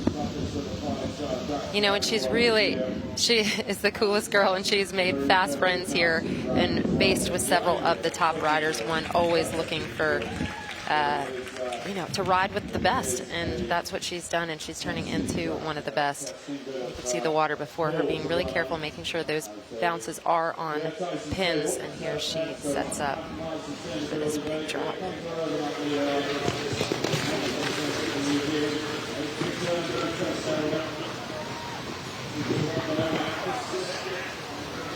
Yeah, that was always a bit of a danger there. You know, it's 3 strides, 4 strides. You got there in the 3.5, but hey, that happens, and she got away with it. And there's that next gear. Yeah, that's some feeling, isn't it? Especially when there's just 2 minutes left and a few jumping efforts between you and being on the top of the podium at the end of cross country day here. She is turning onto the line here, which caused Caroline some grief. Yeah. It's still full of running.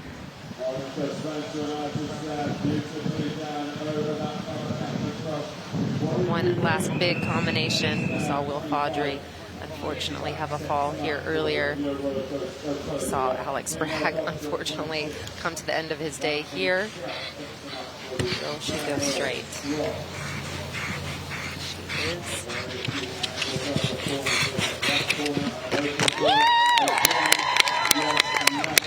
And I think we might be seeing Another clear inside the time, Austin. Yeah, and deservedly so by the looks of it. It's been,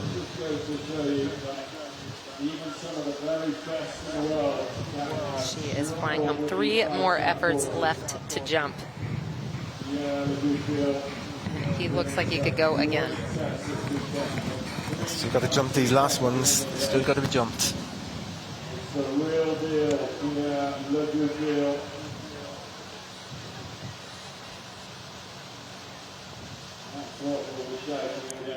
Decide here which table you're going to jump. And then this small pinned narrow.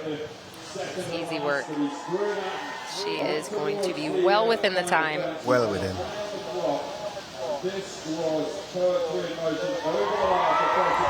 Great stuff, and you're looking at a true 5-star horse here, and that's what this level is all about.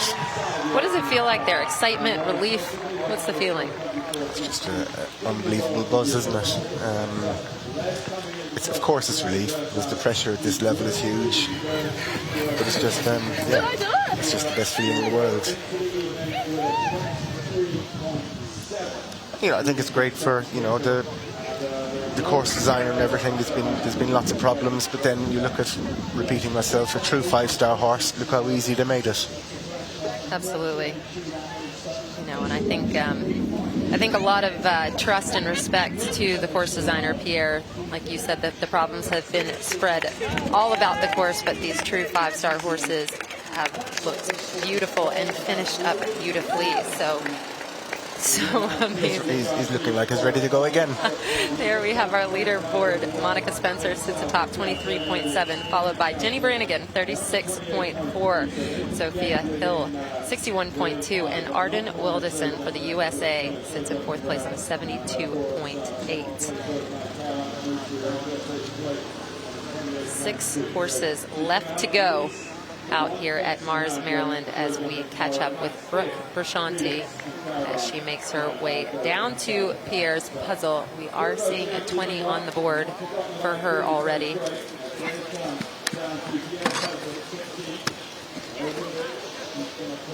Yeah, good decision. Just went a bit hesitant and lucky. So better play it safe.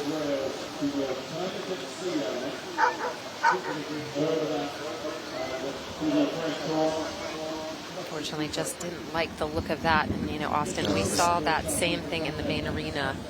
Yeah, it was a bit like that in the main arena. It was a bit like that over the ditch here in this complex. And I'd say it's game over for today. Yeah, unfortunately not her day, with a dismount in the warm-up and police face gray saying... Yeah, and that's probably true. We don't know what happened in the warm-up, but that, it certainly wouldn't help either horse or rider. Or, you need everything. You need everything to be 100% going out to jump a track like this. You see there, our third member of our team, Frankie, chasing Monica down. Hopefully we'll get an interview with her soon. Yeah, and there you see the 2 girls, the grooms. They're by far the most important part of our team, and without them we wouldn't be doing this. And Frankie caught up with Monica, our new leader, down at the finish. Monica, absolutely incredible performance out there, and this is not an easy track. We know that to be true. A double clean round, and Max delivers today. He was amazing. I know last time here it caught me out a bit how long the end took, so I made sure I was up on my minutes. Turns out I stayed up, so he's a machine. Well, the course riding really tricky all throughout the cross country here, and what did you think was the most challenging part? I think probably a lot of committed distances, but then also some rideability ones too. So just having a polite boy like Max really paid off out there. Yeah. Well, you had a little bit of a cushion. He looks absolutely great coming into the box here, and your husband helping you, your son Gus waiting for you at the finish. What does it feel like to be in the lead? Feels great. I was not willing to give up that rail in hand for the life of me, so I was like, we're going to need that. All right, well, you'll definitely have that. We know that much to be true. Back to you guys. So fantastic to hear from her, and already thinking towards tomorrow. That's a pretty confident person, thinking I'm going to get clean and I'm going to give myself some room in the show jumping. Yeah, I actually had a chat with her last night. That was her plan, but look, I think she'll enjoy today, and cross the next bridge when she comes to it. But Really? Oh my God! Like The getting two- to the last few fences. Yeah, so Yeah, I was pleased. super careful amazing, there. and what it And means he's to so these two clean. girls, top of the leaderboard at the moment. They're unbelievable workers, they're unbelievable talents, and these opportunities don't come along too often. And speaking of a hard-working lady, Janelle Price, Chile's Midnight Star, first 5-star that decided to come over here to Maryland. Janelle is a brave girl. Janelle took the ride over on this chilly morning gelding a couple of years ago. It was produced up to 3-star level by Joe Rimmer in Dorset, and then following an accident, Janelle took the ride. And then she did a 4-star in Scone in Scotland in August, where it was, I think it finished 6th. So it's a developing partnership, and a little green there, but that's all right. Janelle get it going. She obviously likes it enough and has enough confidence to say, yeah, it's worth crossing the water. She's got 3 horses entered at Poe next week. Husband Tim home, keeping the horses going and the kids. Oh yeah, Tim would be doing all the work. Janelle said it's basically been a vacation here for her. She's got a bit of work to do today, but. Yeah, no, they're a seriously hard-working couple, and I say 6 horses between them and Poe next week is some feat. Pretty amazing, because there was a little bit of a dry spell there in their upper level string, and they have just built that back up to now such depth. And looking at fellow Kiwi rider Monica Spencer now sitting atop, it's a good, strong, and mighty New Zealand team coming out now.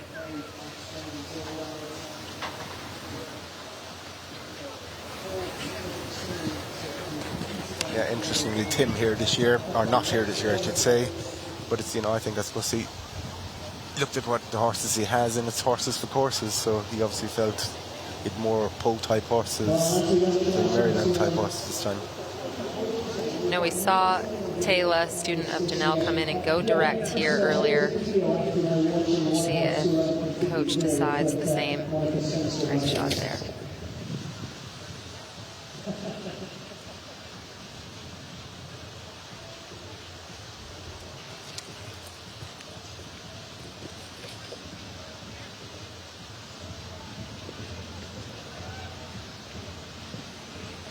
Janelle went to plan B. I don't think that was her plan, but a little bit green over the log, and said, I'm just going to lose a couple of seconds here. And listening to her, this is a big, strong horse for her. She is little and mighty, but I think that's been a lot of the conversation, is really getting the communication. And I think she felt when she landed, she just didn't have him right where she needed him to successfully navigate that last question. No, that's why she's so good. As I say, she's instantly went to plan B. And what we also got to remember, there's a big jump up from 4-star to 5-star. It's this horse's first 5-star, so you're not going to quite know where you're at. Comparing to Monica's horse, who's been around the block. Janelle's going to have to feel her way as she travels around here. Super jumper.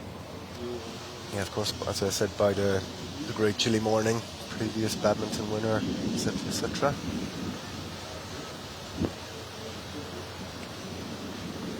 Now the only one out on course right now. We've had 2 inside the time. I never wavered. I always thought there'd be 2 inside the time.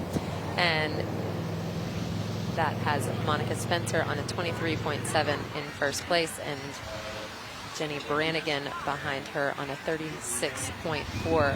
But Janelle could sneak into that second position.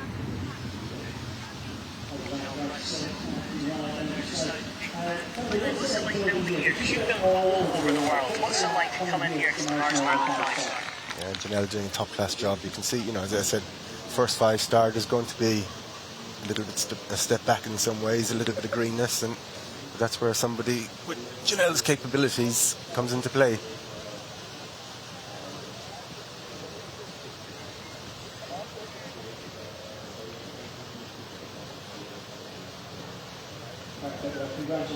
Super expression there. We see all the spectators out enjoying this beautiful day out in Cecil County. So much going on here. Kids Corner for the kids, No, really working there. We've seen that a little bit, just the riders feeling a little something that we can't see from this angle. Yeah, some of the horses are just drying up, whether it's, you know, there's a little bit of greenness, whether it's a little bit of shadow, a bit of light in the middle of the afternoon. But I say the experienced horses out and see them looking. New starter out on course, Felix Vogue. He is currently in third place. He won't be able to catch our leader, but a lot to play for out there. We've got two that could bump Jenny Brannigan out of her second place position right now, and this a real class 5-star horse. Yeah, loads of mileage. I think the first Swissman to ride at this 5-star time. And you can be sure, you know, he's got lots of miles in the clock. And he's going to be here to have a real go. And, you know, going a little bit later here in the order, these guys know that the time is gettable. They know that the course is jumpable. It's just how you get it and how you jump it. Yeah, that's the advantage later on. So you've seen plenty go now and where the problems are.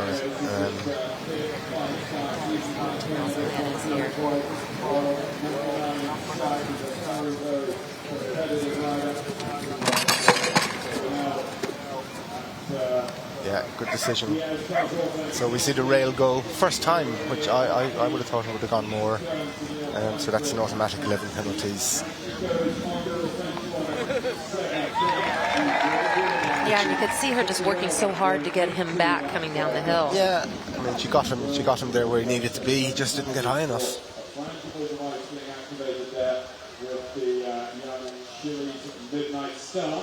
See that again. And on the back of that, I mean, you can be sure she was thinking of going direct, but knowing the pin had gone. Not worth the risk. Not worth the risk. So this round now is all about just getting a bit of experience. By the time badminton comes around next year, she'll be ready to rock and roll. And like you said, first 5-star for this horse, so tons of information coming out as we see Felix enter the arena. Over down to Felix, who's up there in the arena. Felix Lord.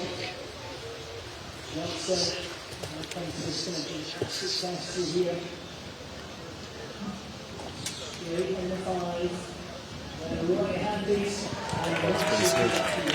You're really seeing how rideable and well-trained these horses are. They're just following the rider's feel, curving around, popping out over that last element. That's caused no issues. No issues at all. Of course, this one heading off down towards the timber right side of fence 8. Run on the gallops this time. And there have our leader getting some interviews and some pictures. No one can catch her, 23.7. She will go into tomorrow's show jumping in the lead. Right now we're looking to see who will be standing behind her as she enters in final placing tomorrow to Michelle Valancourt's show jumping.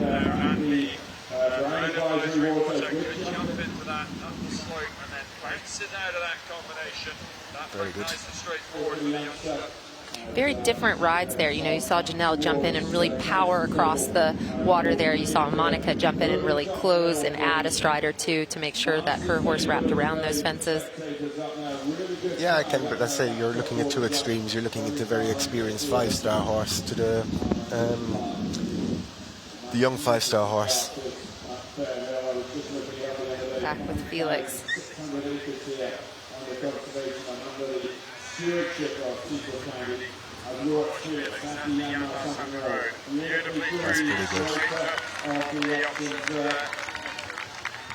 pretty good. Not sure what happened there. She's in the water.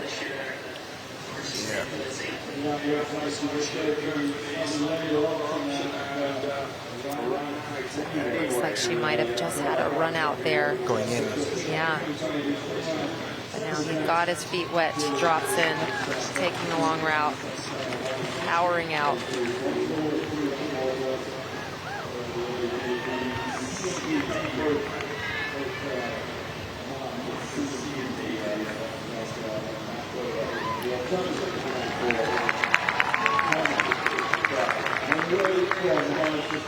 Here we go. Chili's midnight start with another 20 on that scorecard. You know, that's what I mean about the step up from 4-star to 5-star. I don't think people really appreciate it. I watched this horse, as I say, in school through 3 big waters in anyone's language, and I was almost running through the bridle. Today it's gone, this is a little bit bigger, it's a little bit wider, I'm going to go a little bit greener. So you don't find out until you get there.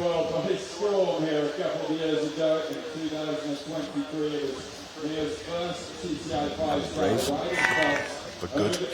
But a little bit, that's where right now she needs to keep putting that confidence back in, that leadership, and say, come on, you got this, because you've seen him get a little green and then recover in his confidence. Get a little green, recover in his confidence, and it's taking all this lady's experience to make sure he stays on the right side of that.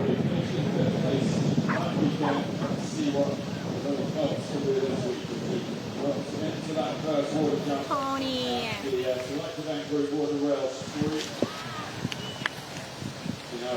Obviously felt that going direct was actually going to be easier on him and her than taking that long twisting turning option at the end. Will we catch up here?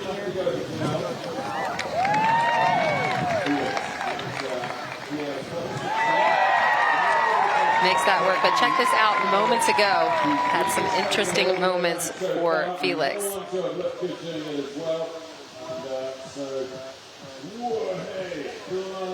Found that 5th leg there, Austin. Found the 5th leg, but he just got, from what we could see, just got too fast and free, and just, you know, to be fair, Felix became a little bit careless, but got away with it. And that's almost, that water kind of felt like it would talk you into doing that. Yeah. It just seemed very casual. Yeah, it's almost an insignificant fence. Until it's not. Yep. And out we have crowd favorite Mia Farley and Phelps. It was 2 years ago. Mia came inside the time on this little thoroughbred bought for $1, owned by David O'Connor. We saw Mia tearing up the 3-star this morning. Sits in a very good place there right outside the podium as we are back to Felix.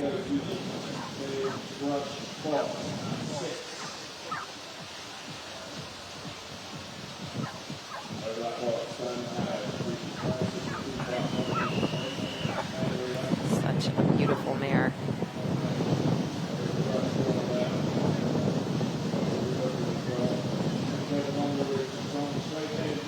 That surprised me.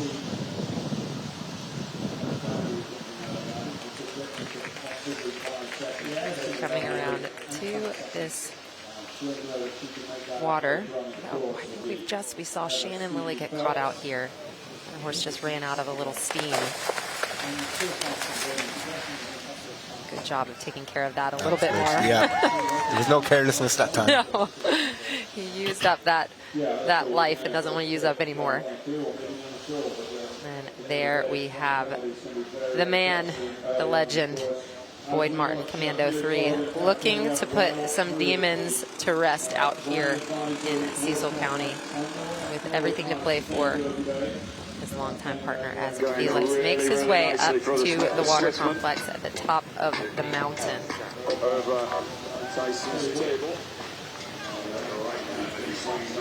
Going direct.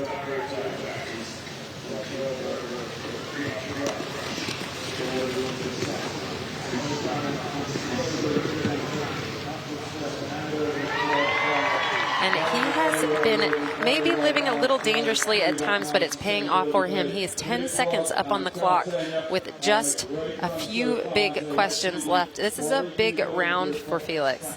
If he can finish inside the time, that will keep him in 2nd place right behind Monica. A beautiful ride through with Phelps and Mia Farley. Yeah, Felix's horse looks like he's got loads in the tank, doesn't he? He's galloping easy.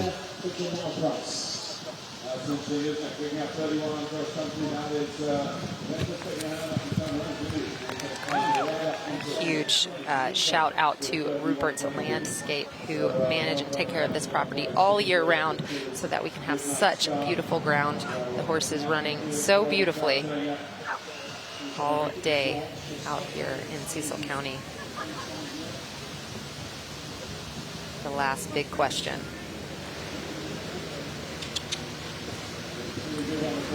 He's going straight.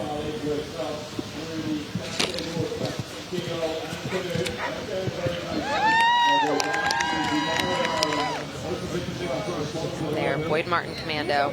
Steph letting him out of the box, and he will have put that round behind him, but he has got a lot of work to do out here, Austin. Yeah, but Boyd is, he'll put his first ride behind him, hopefully. New start history, he's one of the best in the world, and he's got all that experience. So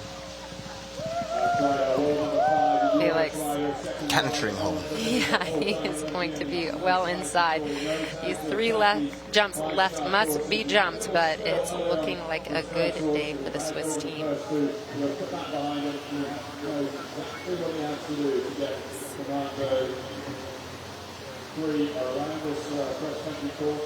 A little smoother than last year. Yeah, that was good. An easy jump over there. He will stop the clock. Great result, and to come halfway across the world for a competition, it doesn't work for everybody, but it's some relief. Absolutely. And to be fair, bar he's one slight mistake, it was just a class round. Mia deciding to go long there. It looked like it was her decision. Yeah, without a doubt. I'm surprised more haven't gone long here, to be fair. It's not long.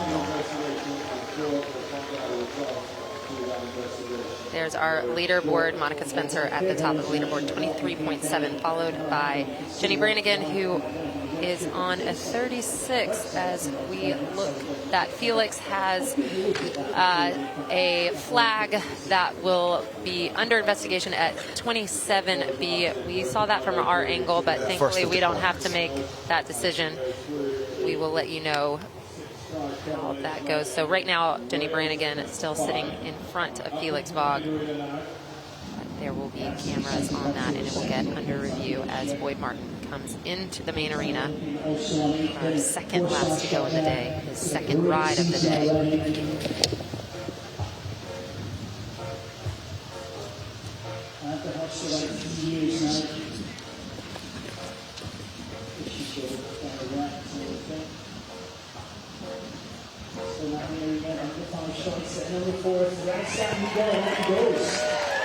Boyd is on a mission.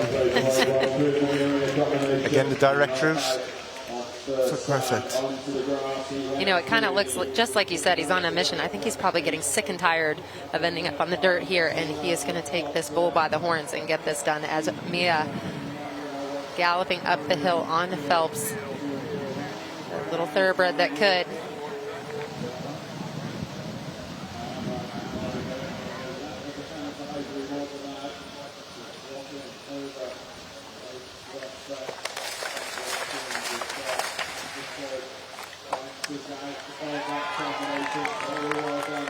So she is good on the time. She doesn't look hurried, but she is 5 seconds up on the time.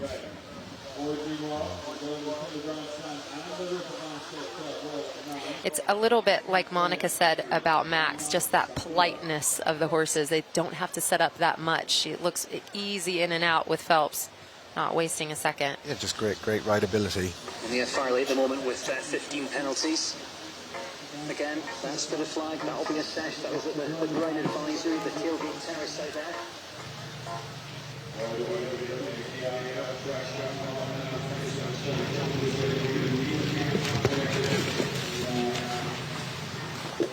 Boyd at Jan Mark working for it, lining up the 2 wedges.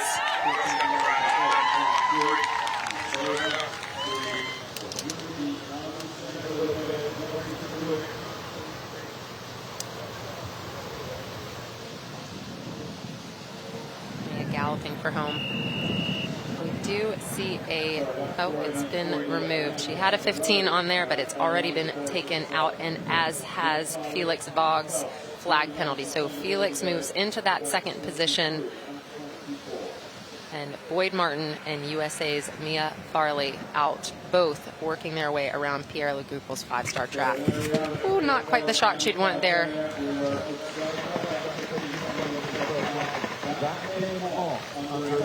Great to see these flag decisions being made pretty instantly.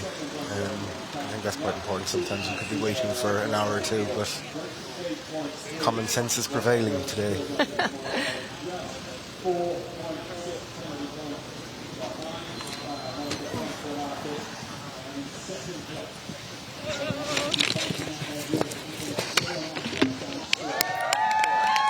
She is a little down on the clock right now. We'll probably see that flag come back on and hopefully come right back off again as she's galloping down to this beautiful roller coaster. And she can smell home at this point. It's important to go as quick as you can. Know these last 3 jumps have to be jumped, but we are just like that, nearing the tail end of our competition, Austin. Yeah, the cream is rising to the top. 23 seconds to get home. It's going to be close.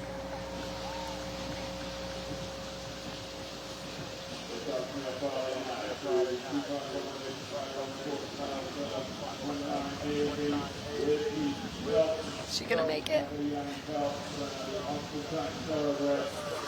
We'll have to wait and find out. Abby Boyd's down at Pierre's puzzle, opting to go long.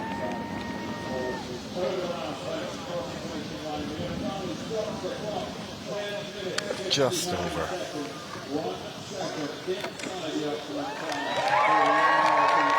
No, it looks like Mia finished 1 second inside the time. And what an amazing round for this young lady. 1 second inside the time. She will sit there on a 32.2 as Boyd is still working his way around the track there. We get the shot of the leaderboard.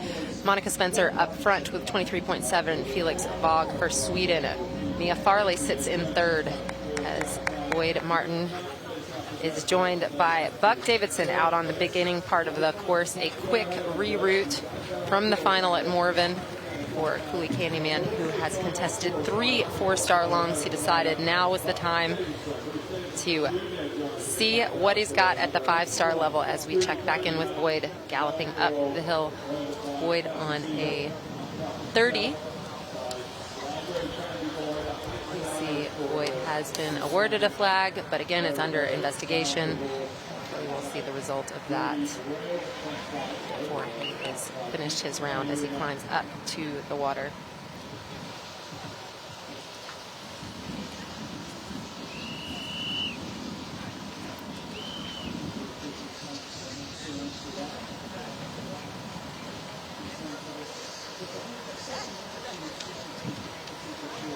Commando 3, owned by Yankee Creek Ranch, a 12-year-old Holsteiner. He's had some very good results for Boyd.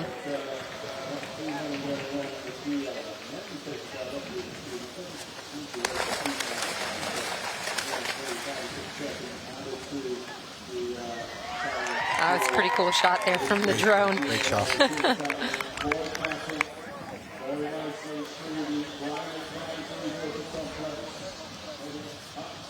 USA's Boyd Martin and Buck Davidson both out on this course at the same time. Huge thank you to our sponsors. Lemieux presents our time there at the bottom of the left-handed screen, so we can keep up in real time with our horse and riders out here on this track. The tailgaters out there as Boyd makes his way around to Sustainability Bay. Boyd is just having to do a bit of work.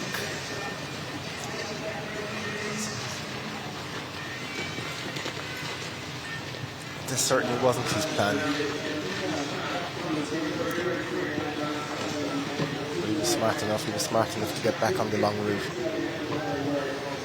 And it is a long route, Austin. It's a long route, and he's just having to work quite hard now as well. Buck down at Myanmar. Ooh, Cooley Candyman just getting a little green on him, taking all of Boyd's efforts, Buck's efforts.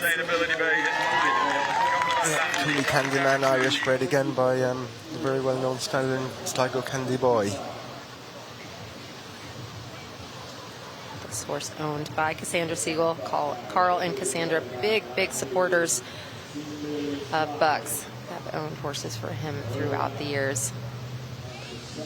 Am I correct in saying it's his first 5-star? Yes. Yep.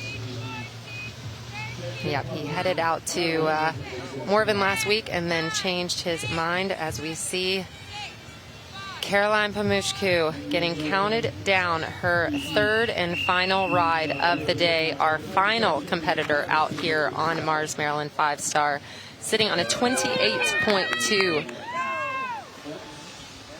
Her first 5-star with HSH Blake, now just a 10-year-old by Tolinar, owned by Molly Hoff, Sherry Martin, Caroline, and her husband Dennis. So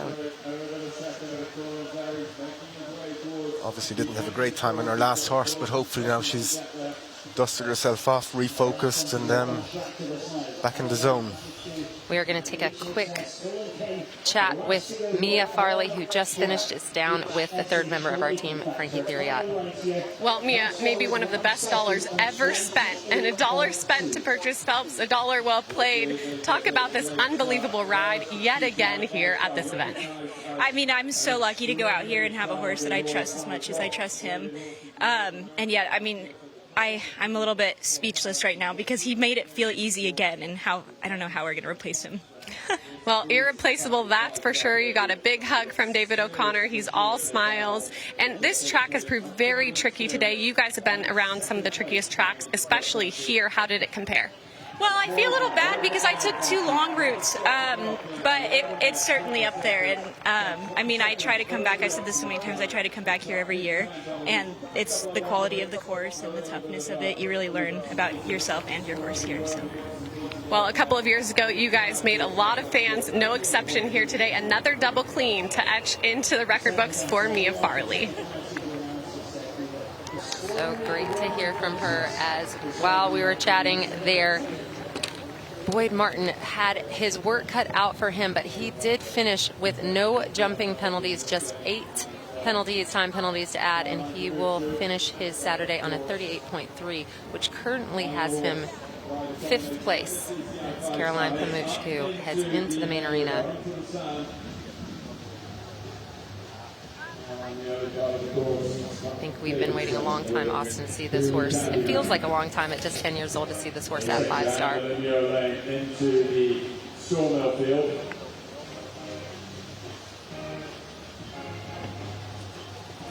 It is so close for her to maintain her 2nd place. She cannot even have 1 time penalty, not even 0.4 of a time penalty. I think the half long route there, but good and safe.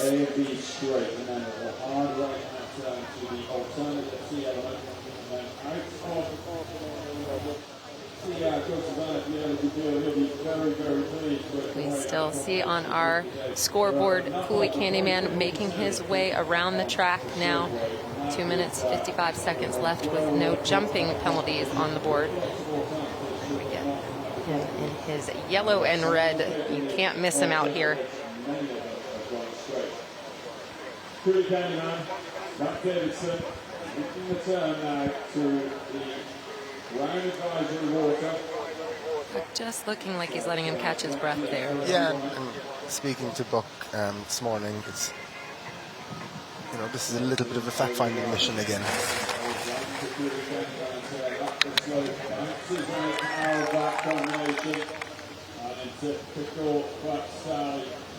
And we are going to get a look at Caroline just moments ago.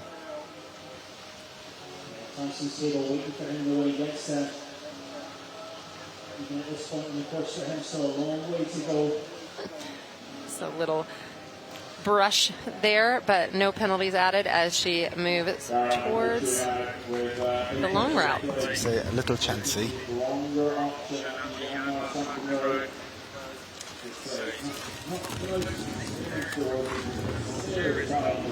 You know, we saw Mia Farley get inside the time, and she did take 2 long routes. This is a very fast galloping horse. You know, I think priority getting this first 5-star under her belt, and then as fast as possible after that.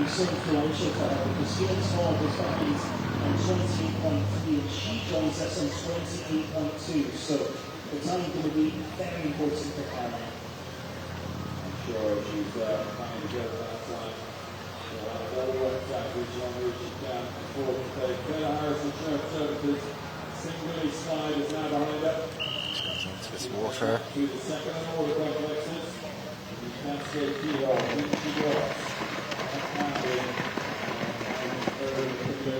Fair, he's jumped through there like one of the old experienced horses. Back with Buck. The crowd cheering as he sort of get close to cross country control. It's encouraging to hear.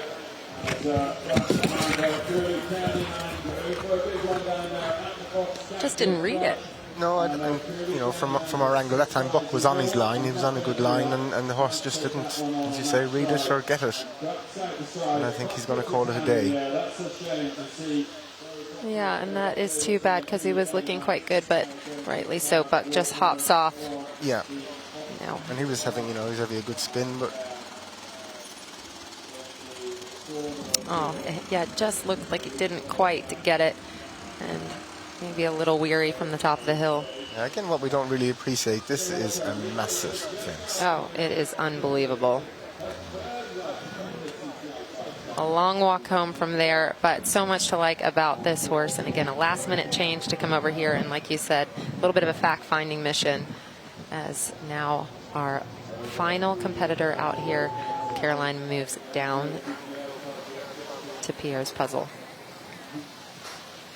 which she has solved 2 times today. Can she make it a third?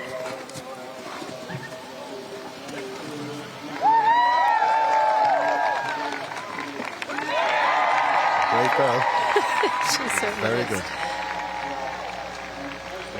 So Caroline's about 30 seconds down at this point. So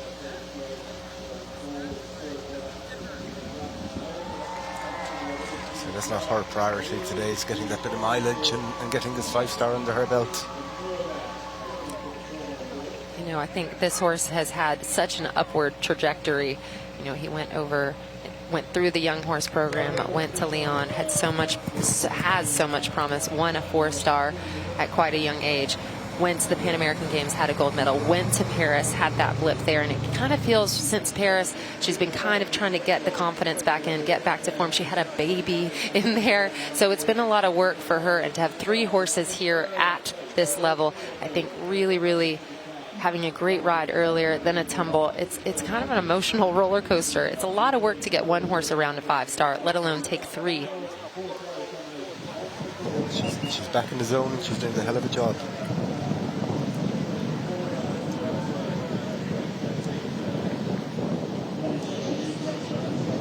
You can see the shadow of our drone following her around, and this is a beautiful shot.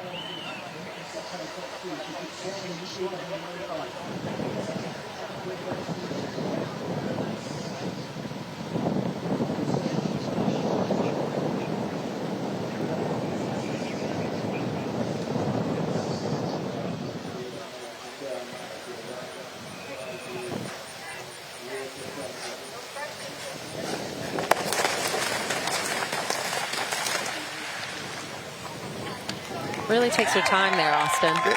She's, as I say today, she's very much just filling this lovely horse up with as much confidence as she possibly can, looking to the future. But it was perfect.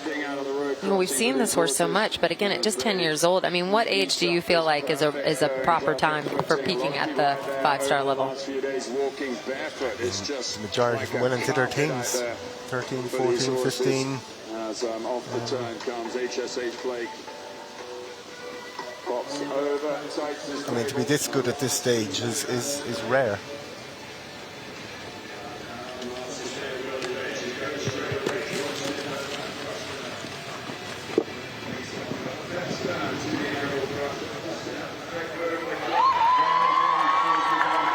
Beautiful there. Again, one that might have been surprised, like how we saw Will Fodry earlier, how the horse just so neatly turned the line, showed right up. Unlike where we saw Boyd earlier, really having to work to get that question answered. What's she going to do here?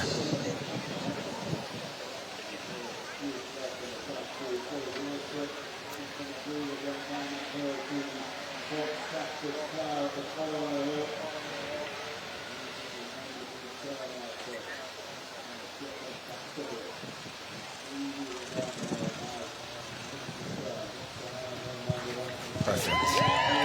Some girl.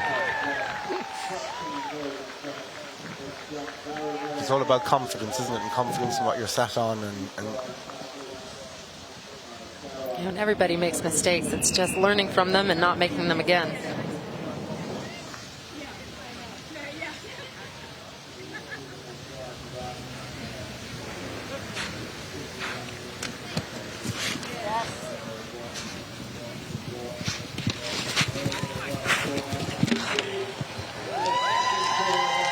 Ran a little bit deep, up to the base, but she's okay. Yeah, she had to be a bit brave there. There wasn't much she could do when she jumped into that line. Just hold the line.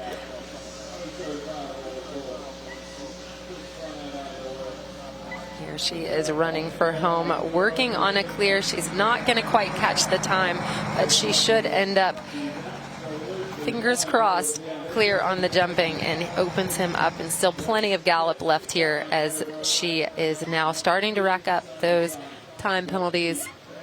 She does have a flag on her scoreboard right now, but that will be under investigation as she comes. 2 more fences left to jump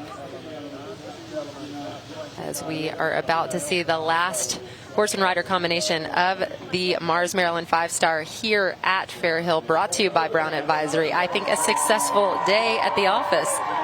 Sinead, I think it's been an unbelievable day's sport. We've seen absolutely everything, from fantastic 5-star horses to silly, innocent mistakes. We've seen everything. What do you think about Pierre's course? A success? I think he's got an unbelievable result. He's got, what, 3 inside the time? Generally, the problems were everywhere.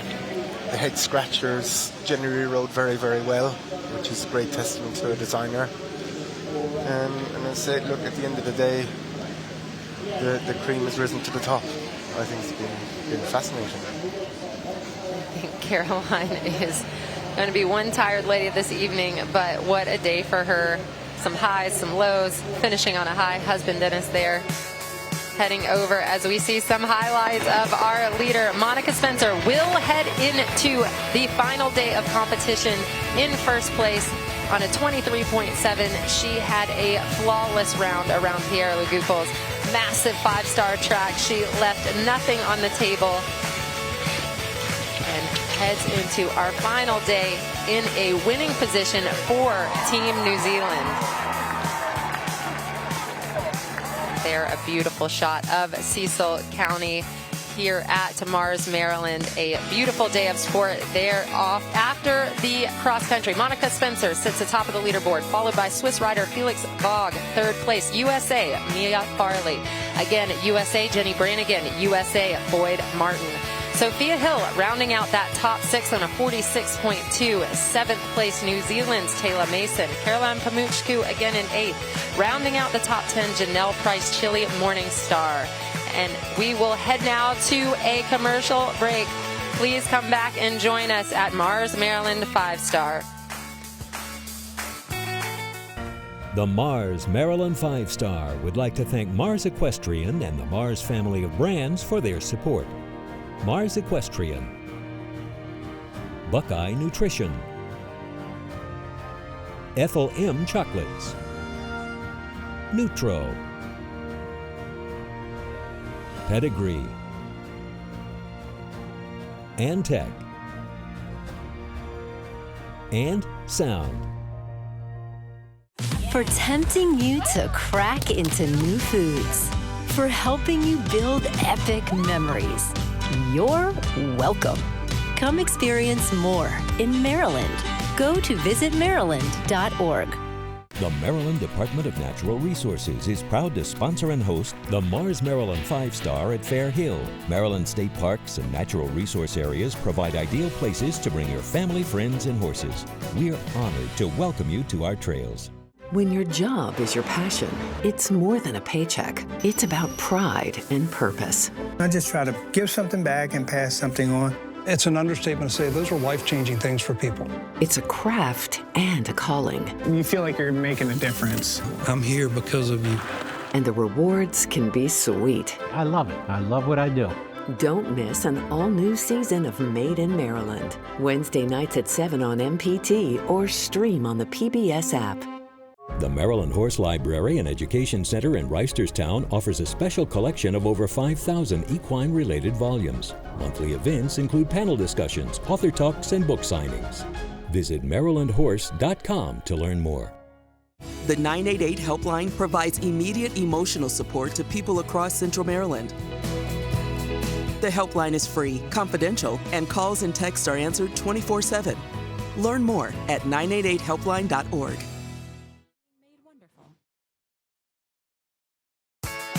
The Mars Maryland 5-Star, presented by Brown Advisory, is being brought to you by Mars Equestrian, a better world for horses, pets, and people. By Brown Advisory, invest in the present to raise the future. And by Quarry View Building Group, experts in equestrian, commercial, timber frame, and restoration projects. An exciting day here at Maryland 5-Star as we head to our Magna Wave Pulse of the Day. See that beautiful shot of Cecil County.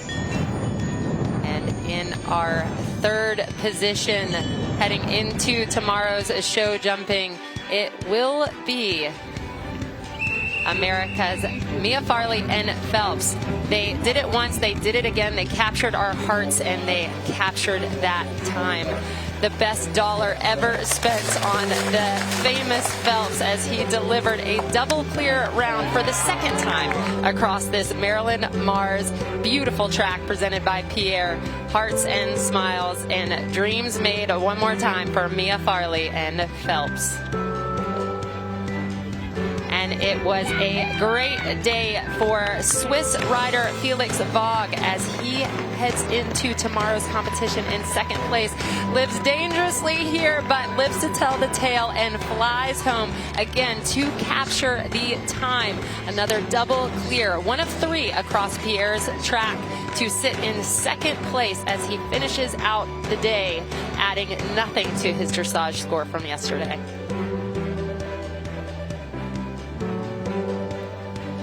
But it was Team New Zealand that no one could touch today. Monica Spencer and artist paint the town of Cecil County as they fly home, adding nothing to their phenomenal lead of 23.7. They will head into tomorrow's show jumping with some little bit of buffer in hand there. She had a flawless round, and it was her plan, and her plan played out. Longtime partner Max, where he should be at the top of the leaderboard as we close out the cross-country day here at Mars, Maryland.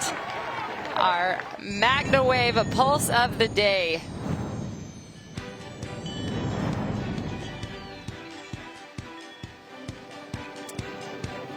And not long after her ride, Frankie caught up with our leader. Well, Monica, the rounds here today on Pierre's track meant to stimulate your senses, and you and Max do just that for everybody watching. As a result, we're proud to present you with this 5 gum for the ride of the day, and just your closing thoughts on what a day it was. What a great day to make the time at a 5-star. It's a pinch me moment. All right, well, all eyes will be on you tomorrow. Good luck. Thank you. Back to you guys. And tomorrow, join us back here again while we welcome Michelle Valancourt to design our show jumping track in our Atwood Arena. Tomorrow we start at 10:30 a.m. with the 3-star long division, and then the 5 will follow after that. So make sure and join us back here at Cecil County, where it is all going on at the Mars Maryland 5-star event here at Fair Hill, presented by Brown Advisory.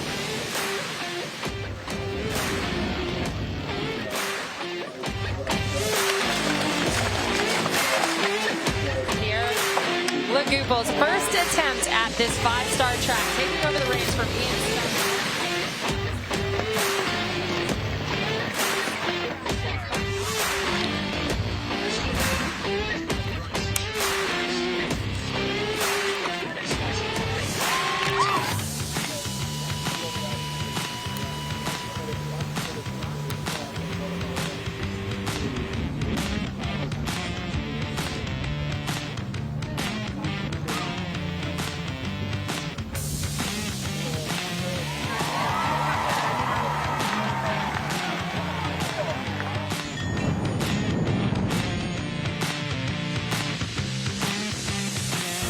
The Mars Maryland 5-Star would like to thank Mars Equestrian and the Mars family of brands for their support. Mars Equestrian, Buckeye Nutrition, Ethel M Chocolates, Nutro, Pedigree, Antec, and Sound. Embark on a culinary journey along the banks of the Upper Chesapeake Bay. Discover Cecil County, Maryland, where food and adventure bring people together. Pull up a chair. We're waiting for you. Visit us at discovercecil.com. We'd like to thank the following partners: Select Event Group, Quarry View Building Group, Yanmar, Lemieux, and Great Wolf Lodge. The Maryland Horse Library and Education Center in Reisterstown offers a special collection of over 5,000 equine-related volumes. Monthly events include panel discussions, author talks, and book signings. Visit marylandhorse.com to learn more. Maryland's agriculture roots run deep. This is a thing that brings us all together. We're all dependent on our farmers. That's awesome looking. I know. We're growing so much more than fish. We're growing so much more than plants. Every farm has a story to tell. You're working toward a larger goal. And it keeps us busy January through April. It's a team effort. Seriously.